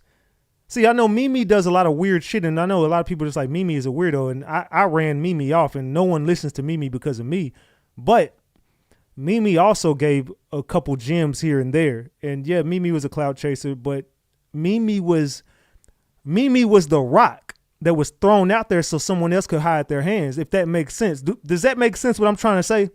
Mimi was thrown out there so somebody else could be like, what are you doing? You look crazy. Oh, she that. And you separated yourself from Mimi, Roxy, but you're the one who threw Roxy out there. You also threw Marc out there. See, y'all are all fooled. A lot of y'all are fucking green as fuck. And I'm talking about so fucked up in the head. Marc, she did you the same way. She threw you out there for bait. Now, she like, oh, I don't want nothing to do with him. Don't even mention him around me no more. Like, what? Hold on. What? And then he's like, oh no, we still cool, man. Shut your dumb ass up, frog boy. Shut up, frog boy. And he over there, frog boy over there, green as hell, just a green frog. She threw Mimi out there, and as soon as Mimi got too hot, Roxy backed away from Mimi. Don't talk to Mimi or associate with Mimi no more. She threw these two ladies out there, and nope, can't associate with them. Shannon and them, she throws everybody out there so she could play the background and look like, oh, I'm the advocate for the family, and I just want peace, and we want to find Nazai. Shut your dumb ass up, Roxy. No one believes you no more. I don't believe you. They don't believe you. We don't believe you. Marc, she used you until she couldn't use you no more. She used Mimi till she couldn't use her no more. Roxy is the one who knows everything, and I stand on that. I will stand on that and stand on that. She also knows what Shannon knows. But as soon as she figured out the whole play, when she got in front of Shannon's face, she said, look, we're standing together as a family. You said you was going to put hands and feet on Shannon when you seen her with your Saquon Barkley built ass. Roxy, I can't stand that Saquon Barkley built bitch. She literally went over there saying, I'm finna, man, when I see Shannon, I'm putting hands and feet on her. I can't wait to see her. I'm whooping her. As soon as you seen her, you over there. Y'all was over there whispering in the corner. She told you the whole play, and then she threw Janelle under the bus. As soon as she seen you, she's like, Janelle's a liar. What the fuck Janelle got to do with any of this shit? What about all the shit y'all lied about on that stand? But I'm gonna let this go. I'm gonna give y'all my analysis after this. We still got 27 minutes. Let's cook. He didn't say had people come and vandalizing our houses, threatening us, calling my I'm gonna rewind it. I'm gonna rewind it. And the Roxy came along. He let her drag us on the podcast. I'm talking about drag us. With the Tammy lady. Suspects. Yeah. And all type of crap. He didn't say had people come and vandalizing our houses, threatening us, calling my job. My supervisor had it. And the head of security had me in the office having a conversation with me about all this stuff. Yeah. And then it's not even like I'm not even really upset about the social media stuff as far as people saying you responsible, like that. Everybody gonna have their opinion. I know what I did. I've been hitting a brick wall in every turn. Absolutely. But my one concern is, in the beginning, the police were talking to us. Mm-hmm. And then when Roxy started going to houses and chasing what the psychic said and all that stuff, they have cut us off. Like we a part of. Like we went to court and they was trying not to let us in court. Because they thought we was with her. Because they thought we was doing the things that Roxy was doing. Cheers. So now I don't know what has happened with Roxy and Marc, but it has something to do with the police. Bingo. Mm-hmm. So what I'm afraid of is being completely isolated from what's going on inside the case. Because they affiliate us with them. With going on social media and stuff. Right. Now let me say this. Let me say this. want to keep it simple, like keep it simple, you know, just a little bit of information or whatever, fine. But I don't want to get to the point where I have no insight on what's going on. Exactly. Because the more we do social media, the further they push us away. And yes, and in the beginning of the investigation, when the Detroit School Police had it and when the DPG had it, they told us once all of this started going on with the psychic and the wall, you know, too much information going back to social media. Because here's what happens. If they're doing an investigation on, let's say an investigation is going on whoever, and information is going back to social media, they're just cleaning it up. They're cleaning up with, oh, shoot, they own the such and such. They own it. Yeah. Just like when they were in the area, she's on live with a damn phone pointed on the cop that's in the area. Saying, Thank you, Lisa G, for the 20-piece on Cash App. Salute. and who is this strange man? Who is this man? She's on live with a damn phone pointed on the cop that's in the area, saying, who is this strange man? Who is this man? He a whole police officer. A whole undercover police officer. And then they said we ruined the integrity of the we were ruining the integrity of the investigation because every single time, that's what took them so long, because every single time something went on social media, they got to go get evidence against it. So that's the same thing that the prosecutor is like, please don't. He said it's already hard to prove a case without a body. You got to be careful because you put too much, you put this out there, that can get his defense team. That's what the defense chance to get the murder the situation thrown out. Yeah, that's what they doing. They eating it up. They like, oh, now all of a sudden they done went in the house, and all of a sudden Shannon said this, not this, not that. Only thing that's doing is making defense stronger, and that his defense. And they're saying, oh well, hell, just like from the beginning, she was going to guy's house saying. The psychic said that Naziah was scratching in your car, her blood is in your car, and y'all kidnapped her. We like, what the hell? Jarvis is already in jail as a suspect. Okay, let's keep it on that. You know, let's let them do that investigation, right? And so, you know, they were pissed. And then, and then even now, like after the preliminary, she went to the hotel and they mentioned in the preliminary questioning people. Like the information that she been getting from the preliminary, that's how she found out where the shop was at. And her and Mimi and a group of other people went over there. But make no mistake, they called Mimi. Yeah, Mimi did not go over there home. So she set Mimi up and sent Mimi over to that shop. Mimi is not smart enough. Mimi is definitely not smart at all. I'm sorry, Mimi. You dumb as a box of rocks. Roxy set you up for failure. Roxy was...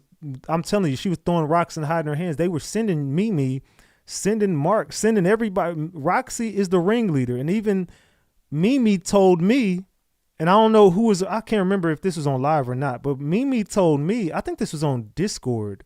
I can't remember. Anyway, Mimi told me that Roxy was moving the bones of Naziah.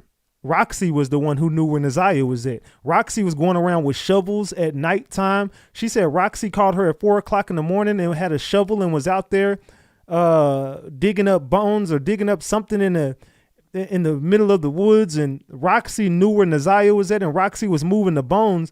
This is what Mimi told me. If you remember that, drop the gems. If you don't know what I'm talking about, drop the eyeballs. But I promise y'all, Mimi told me that Roxy moved Naziah's bones. I don't know this to be true. I'm not saying it's true or not. All I'm saying is this is what was told to me. If y'all remember that, drop the gems. If you don't remember it, drop the eyeballs. But she definitely told me that. Good to know.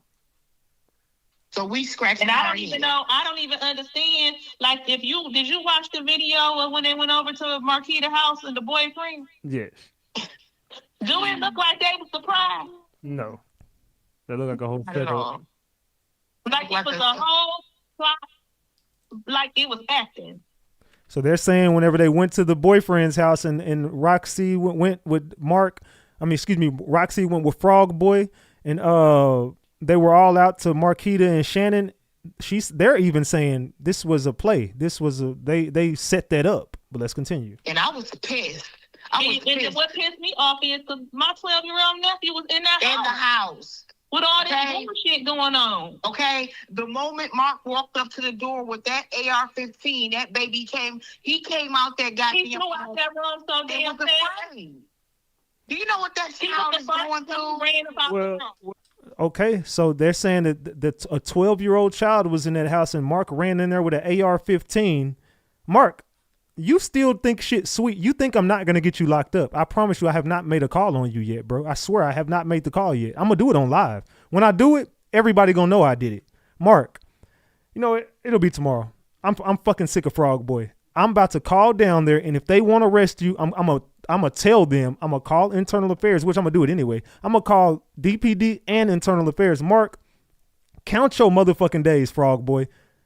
You threatened a 12-year-old child with an AR-15, and he ran out that house, and they're saying he's still suffering pain and suffering. They can sue you. I don't know if Kawanna's still in here. Kawanna, you can sue him for that. And I want you to get that 12-year-old child to say how fearful he was when they went in there with that AR-15. I need you to do that for me. She said, yeah, that's why we stayed on those phones, because we knew they needed to subpoena those records. Kawanna, I want you to tell the police how fearful that 12-year-old child was when he seen Mark running that house with that AR-15. He going to jail. He's going to jail. And what pissed me off is because my 12-year-old nephew was in that house. In the house. With all this bullshit going on. Okay, the moment Mark walked up to the door with that AR-15, that baby he came out there, got he threw out that room so damn fast. Do you know what that child is going through? Like I've been saying, I'm gonna get Mark arrested for that, and that's all you need to do that's is all that 12-year-old needs to do is say he saw a gun and he was scared, and Mark is gone. There's no way that could have happened. There's no way I would have let that happen. And I was even more pissed that Roxy was there because this is your little cousin. Don't just be my thing with her is you got to look at it. Did you see Roxy energy? Yeah, in that house. But that was a plot for her and Shannon to get face to face so they could talk about everything. And once they had a conversation, then Roxy completely, I'm back with the family. No, I want to watch it again. What was the first thing that she asked Shannon when she got to ask her a question alone? She asked her about me. Yeah, like she's trying to throw us under the bus. She's been doing this the whole time. And then Shannon said, Janelle lying. Like, why do you even got to bring me up after all this evidence has been laid out in court? At this point, what I said in the CPS case really don't fucking matter. Exactly. But you see, so why did the first name she brought up? The first name to be brought up was me. Like, we're not credible. She's not credible. Ain't that a bitch? Well, I'll tell y'all what the next steps are. If you guys are cool and how can I put this? If you guys are cool with it, we could use this, and this is leverage, because when I make my phone calls, I'm not calling the police. I'm calling Internal Affairs. I'm calling their boss's boss. When I call CPS, I'm not calling the office. I'm calling their boss's boss. And trust me and believe me when I tell you, this is not the end of the road. These people are all fixing to get in trouble. Roxy will get came down on, Mark, Shannon, everybody, Annette gonna be held accountable, and the police who didn't do anything. All those calls y'all made are not gonna go unnoticed. All those CPS reports y'all made will not go unnoticed. I guarantee y'all, when I start making phone calls, people will get arrested. Well, I hope so, because like we didn't have so many people call different people in Lansing or Capital. But I just got to get the okay. So basically, we were told that no state agency is gonna charge they're not gonna force them to charge anyone else. That's what we were told. It's okay. The part that got their one and only suspect. And I'm like, I'm not even trying to, I can't even say for sure that they was a part of the murder, but they was definitely a part of the process that led to whatever Jarvis did or whatever happened. We don't need them to go down for the unaliving or the disappearance. We just know that they were negligent. Neglect. Child endangerment. Pure neglect. And they lied on the stand, which is perjury. So Yes, perjury on the stand. so we already got him for perjury, and we got him for child neglect, and we got him for endangering more than one child. All those children are in danger. And all we got to do is prove it, Yep. which we can. If you lying about this, what else you doing? Right. At this point, I would have been like, you know what? This is above me. I'm just gonna tell the truth and let the rest of it work itself out. But the police, it's like the police, like they're telling the truth. They know the police know they're at fault, and they're accepting this bullshit ass truth that they're telling them. They're not telling the whole truth. They're just telling enough truth or spinning the truth enough to make it seem like they're being cooperative. Hey, is Kawana, you still in here? Let me know if you still in here, Kawana. Somebody tell me if Kawana's still in here, because I gotta ask her something. Kawana, are you still in here? And if you're wondering who Kawana is, that's one of the ladies that's on this phone. That's Nazaya's family. So I need to know if Kawana's still in here. If you are in here, Kawana, excuse me. If you are in here, when this is over, if you want to speak or say anything that you left out, or if you want me to hit you up and you want to get something off, I will hit you up whenever I get off here. So if you still in here, Kawana, you here? Okay. Do you want to talk after I'm done with this? We still got 16, 17 minutes left in this recording. And if you want to speak after this recording, let me know and I'll give you a call and we could speak. I'll let you hop up on the live and we could speak and you could get anything off if you want to. Just let me know. So then all I could do is ask your permission. Is it okay if we use this? Okay, I'll call you after the live. Not after the live. Excuse me. I'll call you after I'm done with this part of the live. So as soon as we're done here, I'm gonna call Kawana so we could talk to her on live, y'all. And I go further and I get all of them charged with whatever I can. That's all. I just have to have your permission. Permission to what are you asking exactly? I just want to understand. To use this audio. If not, I'm just going to have to paraphrase everything. They're just going to take my word for it. You mean use the audio as far as the investigation for the police or for everything? Oh, for online too. Yeah. Do you have to use all of it? Can you use just like parts of the main things that you want to focus on? I mean, what in particular do you not want me to use? I don't know, because we done said a lot. I think it's all useful, though. I don't think that, you can't get in any more fire with the family than you already are. They already looking at who. It's not about the family. It's the police. We're not worried about, you don't have, listen to me, you don't have to worry about the police because I'm going over their heads. So they're the least of y'all worries. DPD is fixing to be in trouble for this. So I don't mind if you like you said, paraphrase, or you go back and talk about our conversation and things that we said within our conversation. I don't mind that. And I don't mind the audio as far as, the proper authorities go. I don't want to do the whole our conversation on social media thing because it's such a mess. You know what I'm saying? I don't know. It's just such a mess. The family is the least of my worries. Again, I've had whole family members turn on me and say, well, Roxy did all of this. And we like, really? First of all, what fucking difference do it make if this is a shared effort and this is a family saying, no, this is wrong. This is wrong. This it shouldn't matter who did what, but to be clear, that wasn't even this situation. So,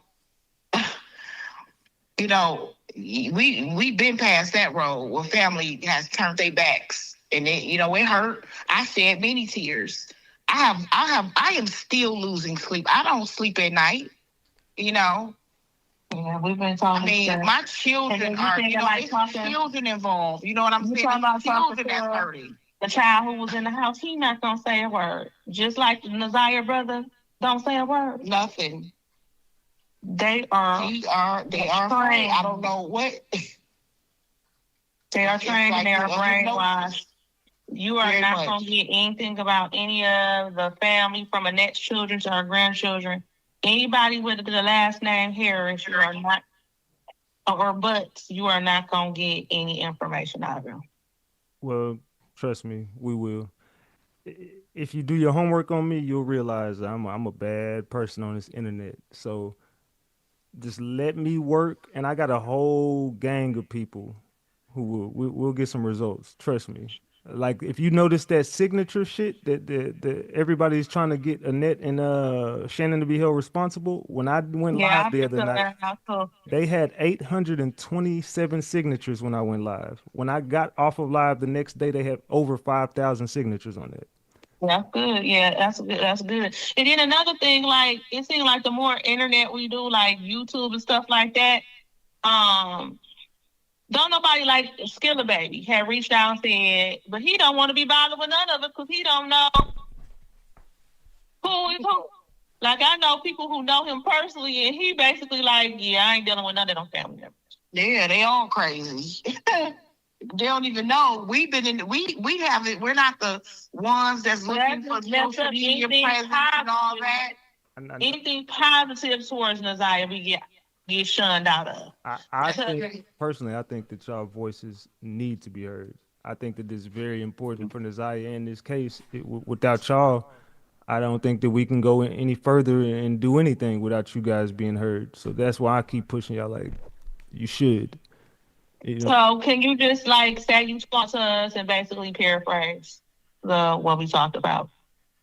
I can. It'll be a little hard, but I can. Unless you allow me to use a voice and I just take out the parts where we're talking about the police. It ain't just talking about the police, it's talking about the case, period, because they saying we ruining the integrity of the case. I mean, you can't ruin it. If that was the case, they would already arrested Marc and Roxy and everybody else for doing it. I don't know what happened to them, but that's the reason why he can't talk about it. I don't know if they issued a gag order on him or what, but yeah. Everybody's free to give their opinion. This ain't nothing but our opinions, so I don't think that you got nothing to worry about with that. It's just an opinion that you're speaking on how you feel. Like I said, for me, if it's gonna help the case as far as as far as the authorities and so on, that's fine. I don't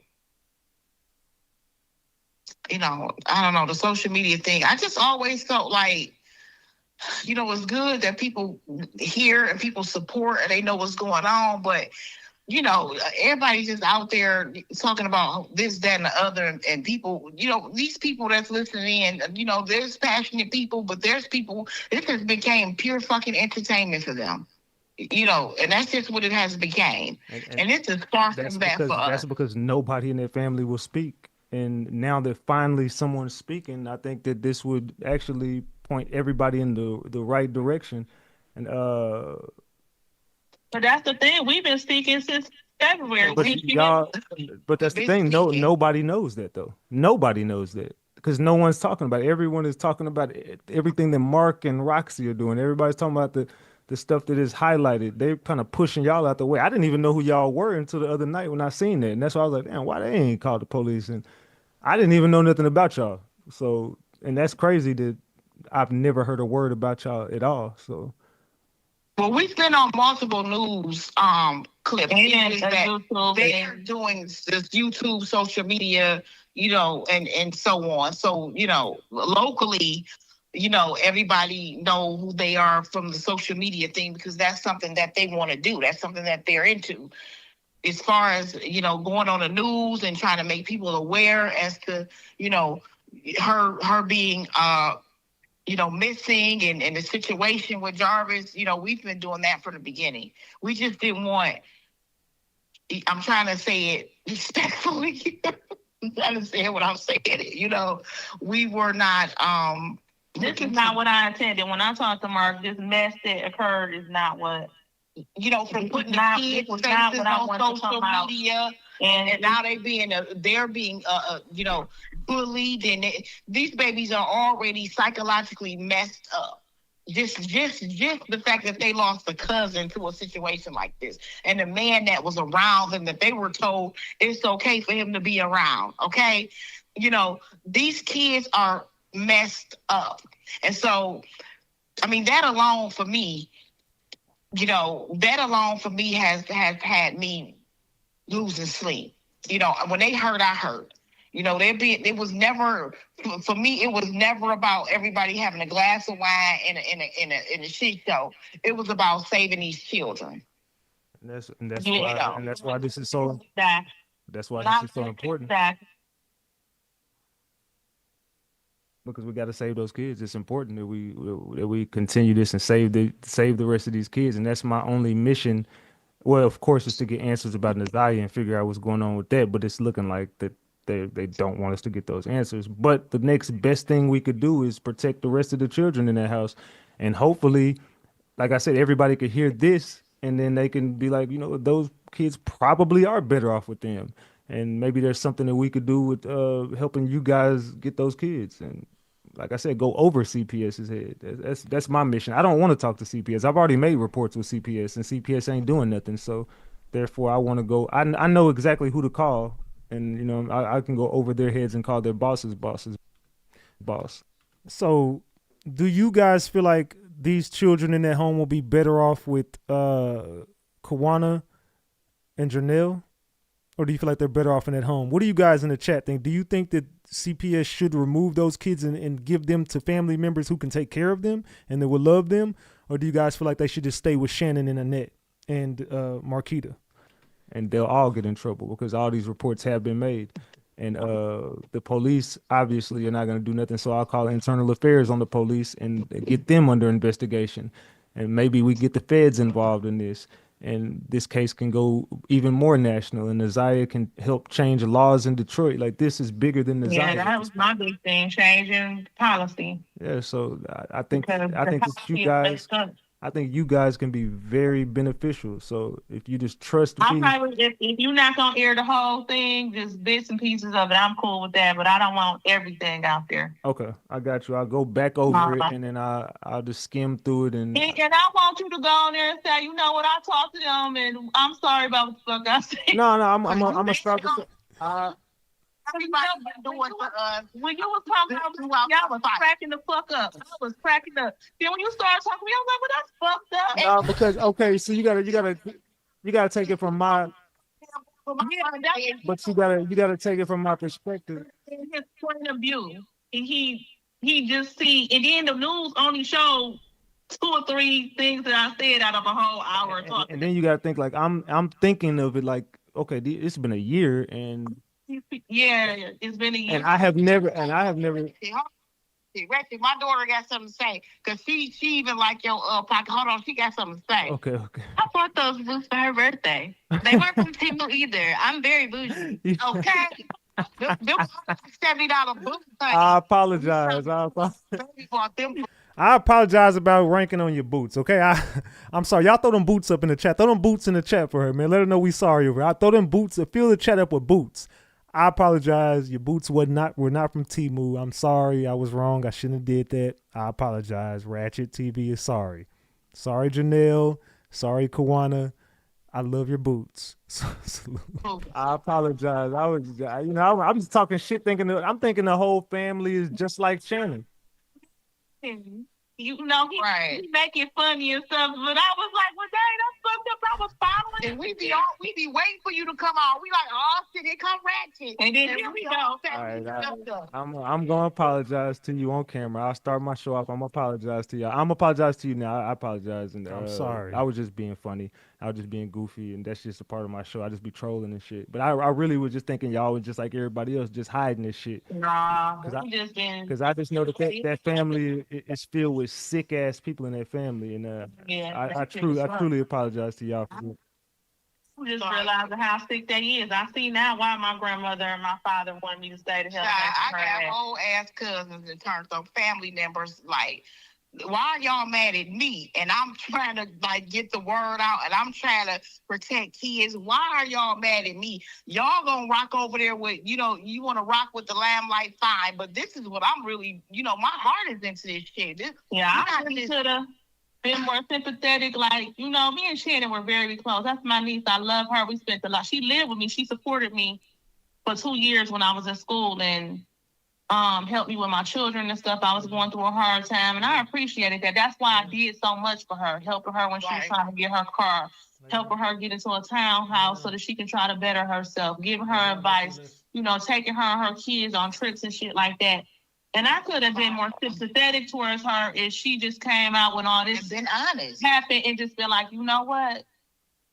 She tried to tell me this, but at every turn she just been saying I'm lying. I'm like, girl, you called me and told me this. I ain't just come out with this shit out of my ass. My CPS report says exactly what the hell is going on right now. Sure. And let me say this, Ratchet. I'm gonna say this. Just like all this, you know, all these flowers getting given. Don't get me wrong. Marc did put it on podcast or something, but I'm gonna say this, and Janelle is a lot more forgiving than me, and I'm gonna say this because I feel like it just needs to be said. If it's anybody that deserves a bouquet of flowers, it's motherfucking Janelle, because she started with the process, okay, and then I found out, and I jumped. Oh no, we not having that. Never in a million years would I have thought that man was a pedophile. Never in a million years would I have thought that the things that were going on and taking place were going on and taking place. Thank you, Noah, for the 5-piece salute. As far as sexual abuse, okay? Now, it never. You hear? And I knew he was. I did know that he was a pedophile. I found out early on, and I told Shannon, like, you need to leave him alone.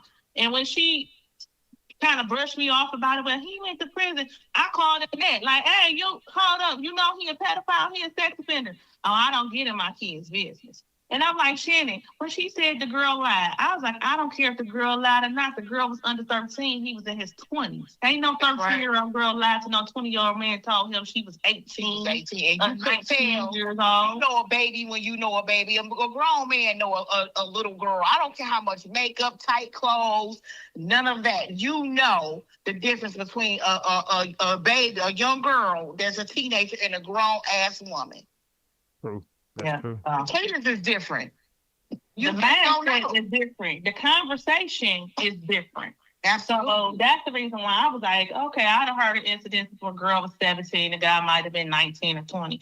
But 13 in your 20s? Absolutely not. And I always hope that she would like come around. Like she would just come around, but as you see, she said on the stand, well, why you didn't call the police? Because my mama said we would call tomorrow. What you mean? Girl, you're 30 years old. The mama calling her, telling her what to say to CPS. You see who run the show. And it's not just her. It's all of them. You got all of her children are like this. All of them are like that. They old as me, and they whatever their mama say goes. What she say go. So then, that's just that. Let's just do it like this. Then I got a lot of stuff to go over before tonight. So do it. Yeah, okay. I will. Don't put too much out there. I got you. Because any sensitive shit, I'm just gonna skip over all the sensitive stuff, and I'll paraphrase some of it because it's a lot. We'll talk over an hour, so yeah, it's a lot. Straight to the point. Okay, straight to the point. It ain't gonna. Straight to the point, because I just want to, I got you. Yeah. It's already dealing with the Naziah case, and then you got to deal with the social media and if people recognize you on the street. And you know what's had me the whole time? Everybody had a chance to say their piece. Everybody got something to say about what happened to them. And that's my thing, Ratchet. This moment here, this is about Naziah. Everybody want to come out and talk about Grandma Susie and Uncle Willie and them. That's taken away from what we're actually trying to make happen for Naziah and these kids. If when the investigation is over, everybody want to get together and slang mud, fine. But right now, in this moment, it's a whole lot of stuff I could have said. You hear me? But that shit been going on for 40 plus years. We talking about what's happening now. If they want a book, I got the book for them. But right now, in this moment, it's about Naziah because ain't nobody say shit. Nobody was shooting at the gym when it was put out and we going through all this fighting. Everybody was mad at us, pretty much. Well, it's good. That's gonna stop tonight. Trust me. So, okay. and then you guys got my number. Yep. If you want to reach out to me Yeah. from your personal number, or you know what I'm saying, I could just email you. I purposely hit the stars at 7 because you know, Ratchet, you just never know. You just kind of like, You gotta Look, see how much you been burnt. what I want to do is I want to send y'all some. Nah, trust me, we good. But I do want to send y'all some numbers of some people that we can go over these people here. Now I'll point you in the right direction of who to call. These are the calls I'm gonna be making, but I also want you guys to make these calls too. So Yep. I want to send you over some numbers of who to call, and not you don't have to worry about CPS or DPD no more. I'm gonna show you who to go to get real results. So I'll see. in that Detroit public school. They Oh yeah, they the one. If they would have done what we were cussing their ass out to do from the beginning, and that's turn this case over instead of being cocky and prideful, they probably would have got somewhere with finding her before any of this happened. They were too cocky. I mean, we are the police, just a different type. Well, it don't matter now because you're in good hands now. Just trust me on this. But yeah, I want to get with y'all behind the scenes on some stuff, and we'll speak about who to call next and what to do next, so we can get some real results. It's not over. Trust me, we just beginning, and I appreciate you guys so much. And yeah, I'm gonna do good tonight. Trust me, I'm gonna do good with you. Okay, that's what I was gonna say. Do it good now, Rick. I'm like, nope. Y'all will be receiving a lot of love, and y'all look at y'all flowers tonight, and we're gonna get this out there from Desire. I appreciate y'all for all the information. Thank you so much. No problem. We're gonna shoot you our number so you'll have them. Okay. All right. I'll talk to y'all later. All right, bye-bye. So, what do y'all think about how did I do? Was it too much? Did I do too much? Did I put them in the line of fire? Do y'all feel like I did a great job? I mean, I feel like I let them get everything out, and I feel like that would not mess up any integrity of the case. I feel like they didn't throw themselves in the line of fire with anything. I feel like I did a good job with them. I feel like that. I don't know how y'all feel I did, but drop the gems if I did great. Drop the caps if you're like, nah, that was bullshit. Let me know in the chat. Just be real with me. How was that? I mean, did you guys get answers that you were looking for? I do want to hit her up to give her a chance to say anything that she feels like she needs to say after hearing that. So I'm gonna give her a call here in a minute. If she picks up. She picks up. If she don't. But she did say she was still listening. I don't know if she's still here right now, but I do want to ask her, a few more questions. I don't want to keep her on too long, but yeah, I just feel like we needed to do that.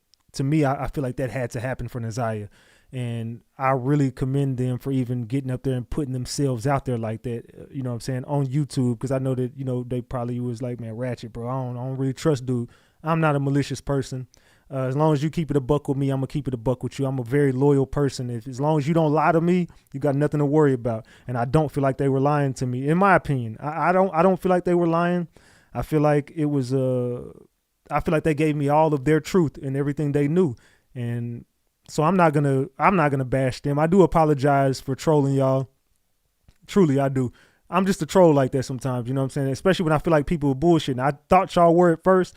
After talking to y'all for over an hour, I definitely was like, damn, I was wrong about them. So I do apologize. Like, seriously, look at the camera. I apologize. You know what I'm saying? Salute to y'all.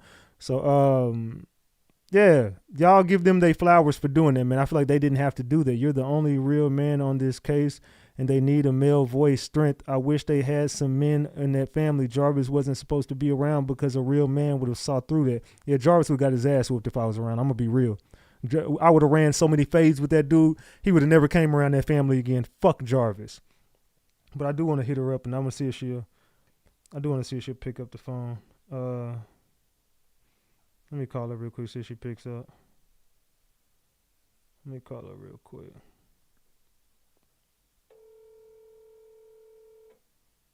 Let's see if she pick up. Hello. Hey, what's good? Hey, Ratchet. How you doing? I'm good. I'm still on live. I don't know if you're still watching, but I'm still live right now. Yeah, I'm sitting here watching. I'm still here. Okay, salute to you. I did want to say, how did you feel about that? Do you feel like it was too much? Cut your live off in the background because I can hear the echo. Okay, yeah.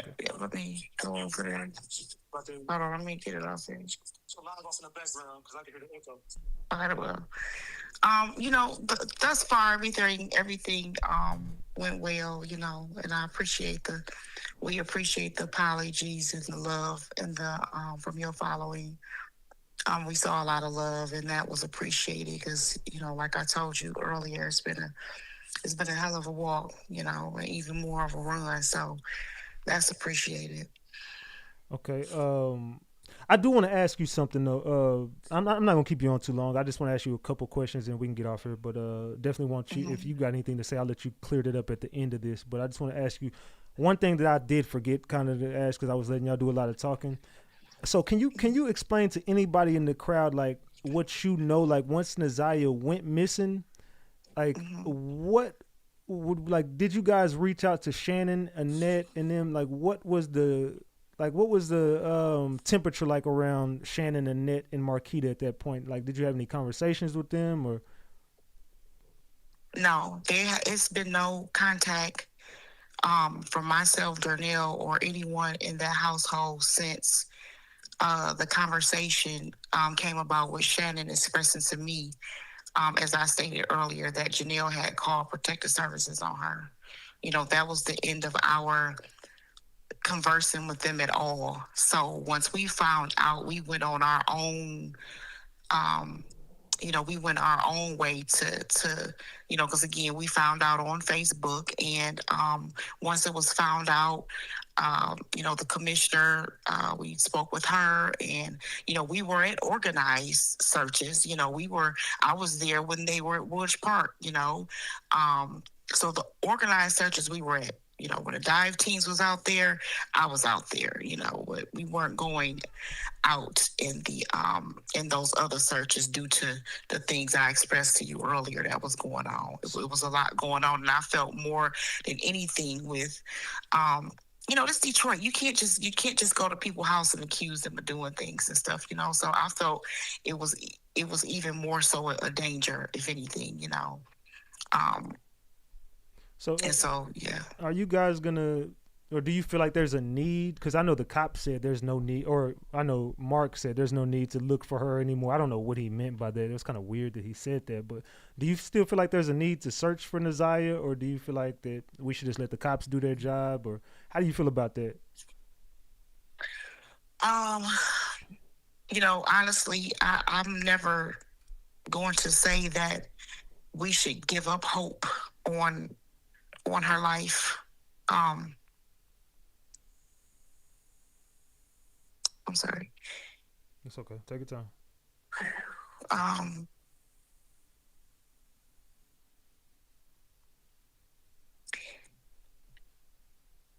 as far as the facts that's within the court, the text messages and so on,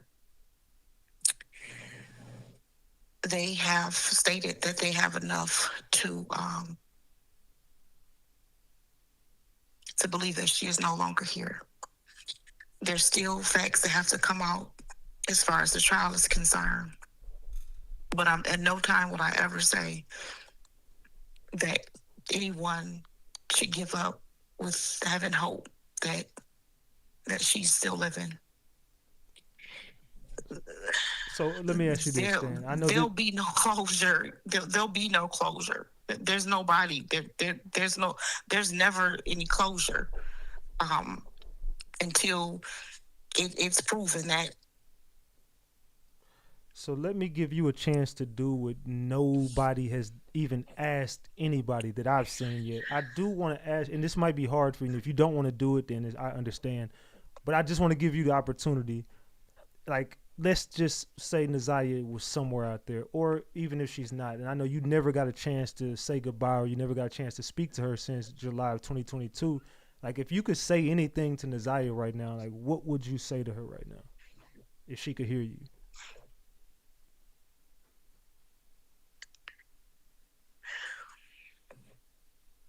I would tell her I love her,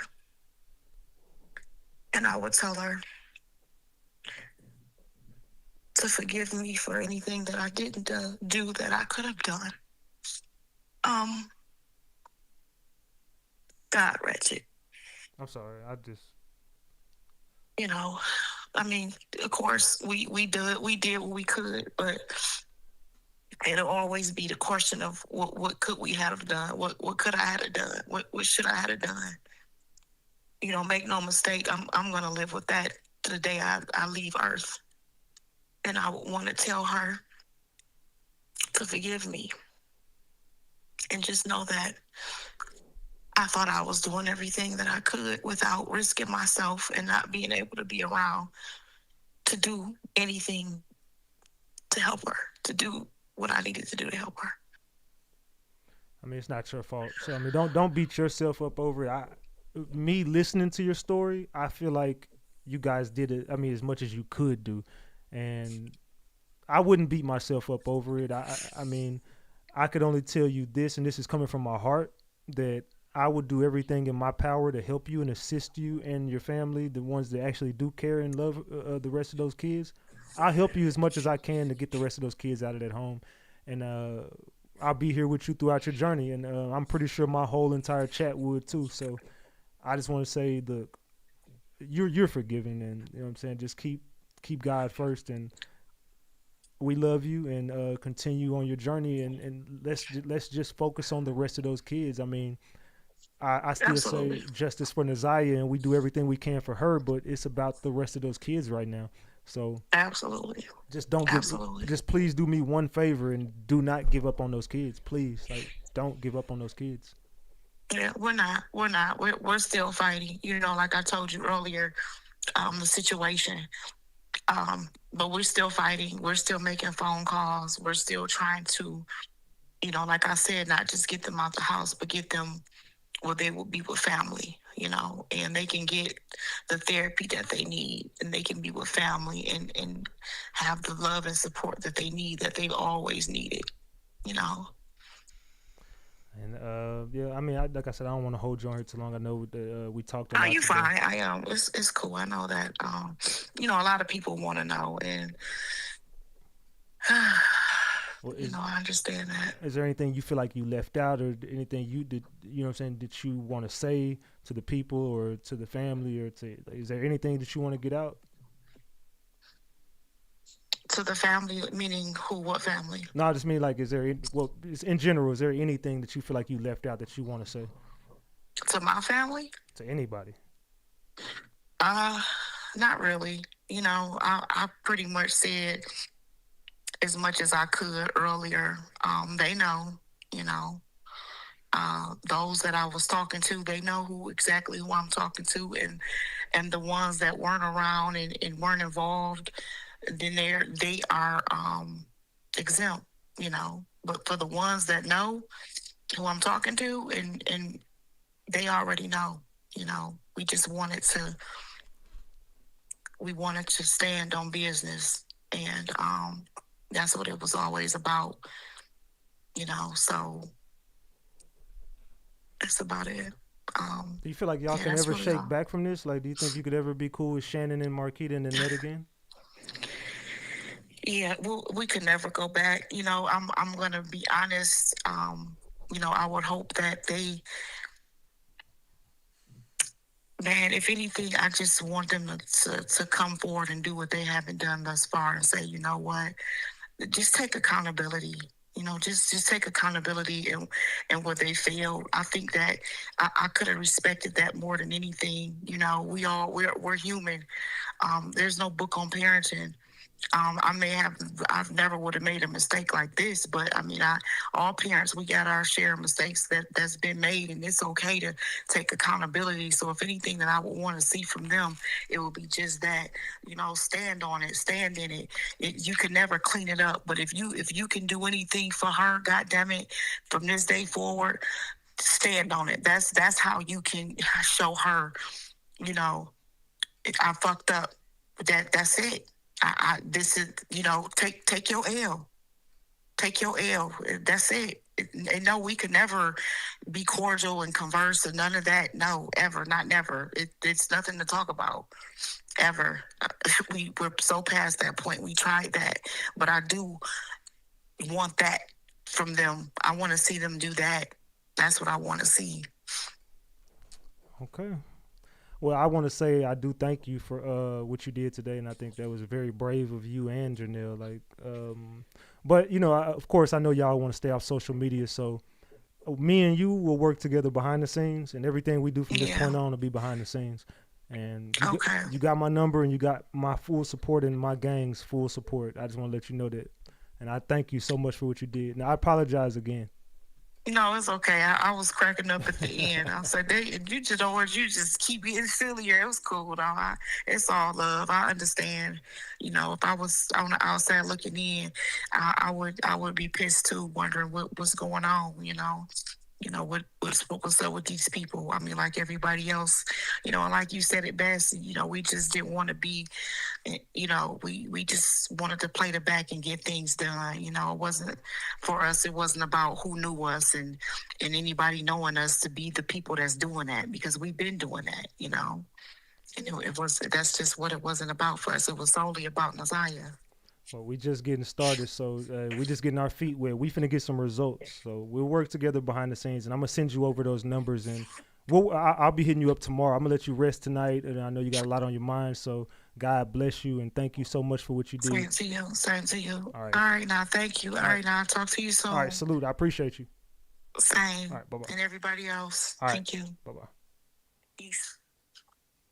All right, I had to do that, y'all. So, yeah, everybody give her flowers, her and Janelle. Please, if you wouldn't mind in the chat. I don't know how y'all feel about her. I don't feel like they lied. That's just my opinion. I'm really a good judgment of character. When I speak to people, I'm not going to say I'm always right about that. Sometimes I be fucking wrong as hell, and I really read people wrong sometimes, but I don't feel like there's no clout chasing involved in them.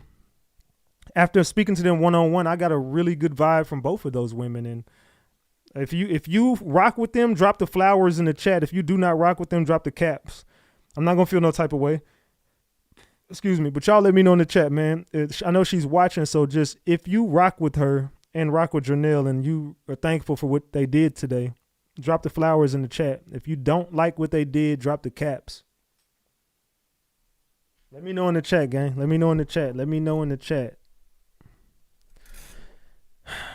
I see a lot of flowers. I see a whole lot of flowers. Yeah, and that was the first real bit of emotion I feel like I've received in this case. Well, not I received, but I've seen. Excuse me, I said that wrong. It said, what can we do to help? Okay, so these are the next steps, guys. These are the next steps. What we have to do is we have to, as a unit, I can't be the only one making these calls. I think that everybody should call DPD and complain. Not only complain on Roxy for assisting, aiding, and abetting, and being a part of crime scenes. She was at multiple crime scenes. She broke and entered in a couple of buildings. If they arrested Mimi, they have to arrest Roxy. There is no favoritism here. I don't give a fuck who y'all know at the police department. If they arrested Mimi, they got to arrest Roxy. I'm sorry. That's the way it goes. If you arrested Mimi, you have to arrest Roxy, and you have to arrest Marc. What Marc did at that house, he goes in there with the AR-15 and starts questioning a witness in a murder. And I have to say it that way because they're saying Naziah's not here no more. I'm only going off what the police are saying. If I was to go into your house and you're a witness for a high-profile unaliving case, and I got a gun on me, and I'm over here basically telling you better talk to me, whoop-de-whoop-de-whoop, and I'm filming you, you would definitely feel threatened. I don't think that Marquita and Shannon are smart enough to get him arrested, but y'all could have gotten Marc arrested already. Y'all have enough right there to be like, you know what? I'm a witness in a case, and I feel like he was intimidating me. They were trying to make me answer questions on camera. He had a gun on him. I had children in the house. The kids were crying and felt threatened. Fam, you're going, I'm not even joking with you, bro. Like, I'm looking in the camera straight up. You're going to jail, bro. And if they don't arrest you, this is what we got to do. We got to pressure them to arrest Marc. We have to pressure them to arrest Roxy. Just like I pressured them to arrest Mimi. But I don't want to be the only one making these calls. Tomorrow, we have to all make calls on this, and we have to get these results, because if they arrest Marc and if they arrest Roxy, or at least one of them, we know for a fact Shannon and Marquita are on the chopping block. They're next. We have to go over their heads. We have to call internal affairs. So the next steps are internal affairs. DPD. We have to call down to CPS and say, I don't want to speak to you. I want to speak to your supervisor. And then you talk to the supervisor on shift. If you don't want to answer, okay, I'll go over your head. I'll call the Texas Health Board. We're going to call everybody. So we have to start making phone calls. Salute to Assassin. It says that cop family member needs investigation, and we're going to investigate him as well. Assassin, thank you for the 10-piece. Salute. We are $25 away from 4 honey buns tonight. We almost got 400 on the screen tonight. We 25 away. Salute for all that support, y'all. And someone sent me a cash app while I was talking to her. I don't want to leave you out. Mashakai, thank you for the 4-piece. Says prayers for Naziah. Thank you so much for that 4-piece. And Lisa sent me 20 on Lisa sent me 20 a 20-piece. Thank you so much for the 20-piece on Cash App. So look, y'all, we have to start making phone calls. We have to call CPS. We have to call above CPS. We have to call DPD. We have to call internal affairs. We have to put pressure on these people because they're going to leave it like this. If we leave it like this, they ain't going to, as you see, when I called DPD, they didn't give a flying fuck about Mimi. They were never going to arrest Mimi. I had to call the supervisor and threaten them with internal affairs, and then they arrested her. Boom. Within 48 hours, Mimi was locked up.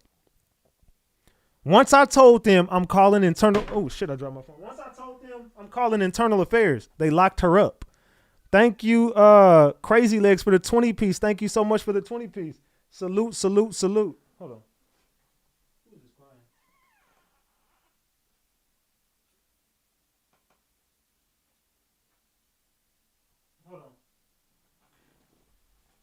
Okay, these dogs been tripping since I've been on live. Thank you. We $5 away, y'all. We are $5 away. Oh, we think we just got it. Salute to Leash with the 5-piece. Salute to Jackie RN for the 10. I appreciate you. Hey, y'all showing out tonight, man. Well, I don't know, y'all. I just feel like we can't stop here. I feel like we got to keep going. I got a whole nother show lined up, but we'll just save that show for tomorrow, honestly. I feel like we've done a lot with this one, and this is a lot to take in. Now that's TV live. Salute to you for your first soup on the live stream. Thank you for the 2-piece. I appreciate you. Salute, salute, salute. Thank all y'all, man. We got 1,600 likes on this. Thank you, Queen Judah, for that 5-piece as organize a phone protest. Okay, so you know what? I'll organize it on my Discord server. Thank you, Crazy Legs, for the 10-piece. Salute, Crazy Legs. Salute to Indie Girl. Says, great show, King. Let's save the kids. Thank you for the 20-piece. Salute, salute. What's their full names? Drop it in the chat for Now That's TV Live. Can y'all drop Shannon, Marquita, and Marc's full name in the chat? Can y'all drop those full names and Roxy's full name? Can someone drop all those names, my mods? Can y'all drop all those names in my chat? Well, excuse me, our chat. Sorry. And they're like, hold on, yo chat, man. This is my motherfucker. Actually, this is my mods chat. I don't even give a fuck about what goes on in that chat. This is my mods chat. Salute to May for the 5-piece. I appreciate you, May. Salute, salute, salute. Oh my gosh, y'all are showing out. This is the support that everybody needs. I think we all have to stick together, y'all. As you see, this platform is the biggest one that's covering this case. This is the only one that's going to get the real results. I told y'all, the people pull up over here. They pull up over here to chop it up with us. They want the truth out about this whole case. This is bigger than Naziah. This is about changing laws in Detroit. We're going to make Detroit a better place. And we're going to make all of these cities a better place. Hopefully, this Naziah case could put the highlight to the world to say we can't fuck around and we actually have to actually work. We got to make these motherfuckers do their job. Do you know a cop is a public motherfucking servant? They work for us. They can't tell you shit. Motherfuck you. You work for me. Who do you think you talking to, motherfucker? I pay your salary. I pay my taxes. I pay your fucking salary. That's what you got to tell them. You don't fucking tell me shit. You shut up and do what I'm telling you to do. You don't want to give me results? I will get you fired. Let me get your name and your badge number. Let me call internal affairs to investigate you. And I recorded this whole phone call and I'm sending this to internal affairs. You got to learn how to talk to these motherfuckers. Fuck them. They work for us. They not shit but a public fucking servant. They don't, just because they got a badge don't mean shit. They still work for you. You're a part of the community that pays their salary. Therefore, they work for you. You're their boss. I don't give a fuck what they're telling you. They work for you. That's you got to have that mentality when talking to them. You don't want to give me results? Let me get your name and your badge number. And let me call internal affairs and let's flip this whole fucking script. You see, once I talked to that supervisor and I told her, she was like, oh, well, it already happened. I'm done with it. I said, okay, well, I'll call internal affairs. She said, hold on, wait. Okay, so what's your name? What's the full name of that lady? What happened?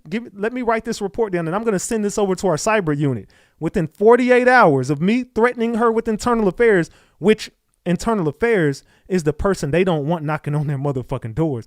Once you tell a cop, I'm calling internal affairs, they're going to get all their shit together. Wait, whoa.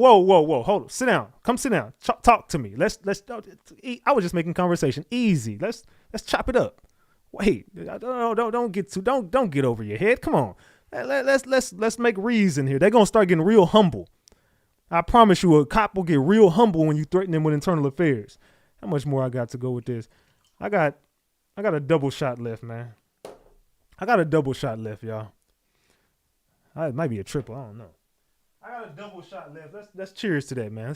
Let's cheers to changing laws. Let's take a cheers to changing the laws, y'all. Cheers to the game. Let's go. That's gonna make me dizzy. Well, y'all, all I can say to this is let's continue. Let's get on Discord and we're gonna organize this on Discord, y'all. All I can say is we get on Discord, we organize a way that we can all communicate together and make phone calls happen. So tomorrow, during the daytime, we'll get on Discord and I'll start making some phone calls while I'm on Discord. Tonight, we could talk about it. It's still early. I'm going to get off early today. We got $454 on the screen, man. We're 46 away from 5 honey buns, but hey, it's cool, man. I'm not mad at this at all. If y'all enjoyed the content, double tap the screen. If you enjoyed the content, double tap that motherfucking screen for the king. And salute to all my moderators, man. Salute to those wonderful mods that I have. They do a great job every freaking night. We had 3,400 people in this damn live at one point, man. We cooked tonight. So make sure y'all subscribe to the channel. We will be back tomorrow night. And I got a whole nother show ready. I could be here for 4 or 5 hours if I continue to cover all the content, but I don't want to lose the focus. I think tonight was about Nazia's family, the ones who actually give a damn about her. So with that being said, I don't want to overdo it and just be here for 5 hours and people lose track of what we they said, love this. You're live tonight, Ratchet. Salute to Pretty Eyes 757 for the 5-piece. That's your 10th super on the live stream. Salute to you. Thank you. I don't want to lose focus. I want everybody to watch this live and just hear the clear message that we had out there. There was a long conversation that I had with the family. As you see, they thought what I did was tasteful, and I actually got to speak to the Kawana after the live, and she got emotional and she sounded like she was crying over there. I don't know if she was crying. I think she was, but my heart goes out to her because I know she's hurting and she's having guilt right now. But I don't want you to have guilt. I think it's time to chin up, chest out. Let's get back to work. You know what I'm saying? Like I told y'all before this live started, one of my moderators passed away. You know, Big Jess, say it with your chest. She passed away, but I know that she was a fighter. She was a survivor. She didn't get to beat cancer, but she knew she was going to beat it. If you just knew her, she knew she was going to beat that shit. And we know we're going to crack this case. We know we're going to get to the ending result here. And she would be like, man, Ratchet, keep going. What are you doing? Nah, fuck that. Get up, keep going. She was strong and she's in a better place. God got her just like he got all of us. So it's not time to be down. This is the worst time to be down. I'm sorry. And that I don't even say that to be like malicious or anything, or I'm not being negative. Man, I cried and I'm still fighting tears right now talking about her. You know what I'm saying? Because that was somebody who, you know what I'm saying, was part of my gang, man. So definitely the fight continues, bro. We gotta stick together and we gotta keep going, chest out, chin up, and we gotta get back to work. I can't just sit here and be sad. You know what I'm saying? I gotta get up and work. I can't, life goes on. No matter what happens, the clock's gonna keep ticking. No matter if I'm here, no matter if I'm not here. The clock's going to tick. If you're here, if you're not here, the clock's going to keep ticking. So we still got to get results. And yeah, let's continue to fight, y'all. Let's continue to be the best Ratchet gang we can be. R.I.P. to you, Big Jess. Say it with your chest. Salute to Jesse, baby. You know, we love you. I'll always love you. And you know what I'm saying? I just want to give you your flowers, even though you're not here. It's all good. Yeah, we just found out the other night. So, yeah. Salute to V Will for the 10-piece. That's your third soup on the live stream. Thank you, V Will. Salute, salute, salute. Can we do a quick moment of silence? Yeah, let's take a moment of silence, y'all, right now.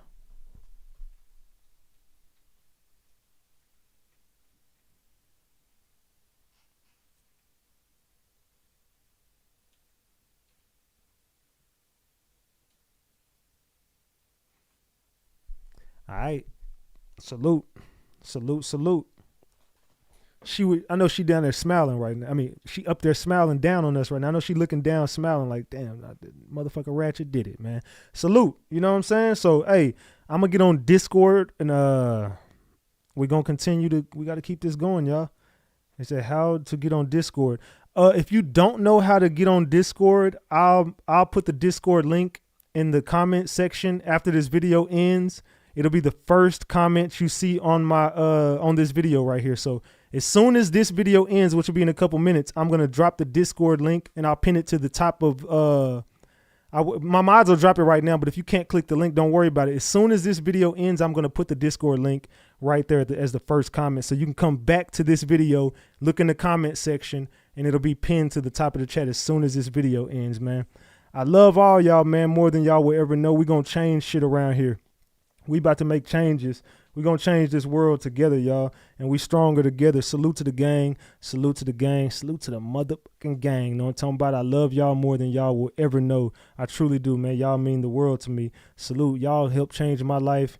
And we going to help change the world together. So salute, man. This going to be the end of this. I love y'all more than y'all will ever know, man. Truly. So salute to y'all. I'll see y'all on Discord. If you can't get on Discord, I'm going to drop the link in this chat. It'll be pinned to the top. I will see y'all tomorrow. I'll see y'all on Discord tonight. I love y'all. Salute, gang.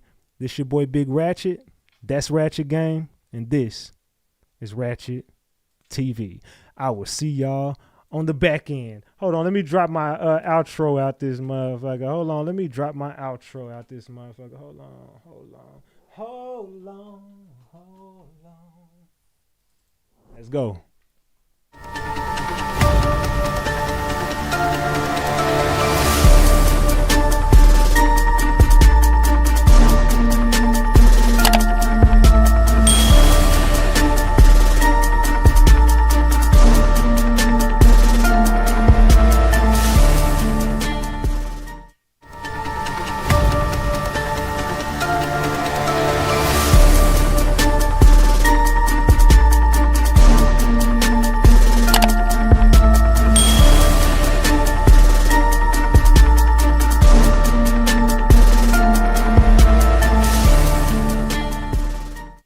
Make sure y'all get in the comment section right when this video ends. Let me know what y'all thought about it. I'm going to drop the Discord link in the comment section. I love y'all. I'm out, gang. Tone Bite.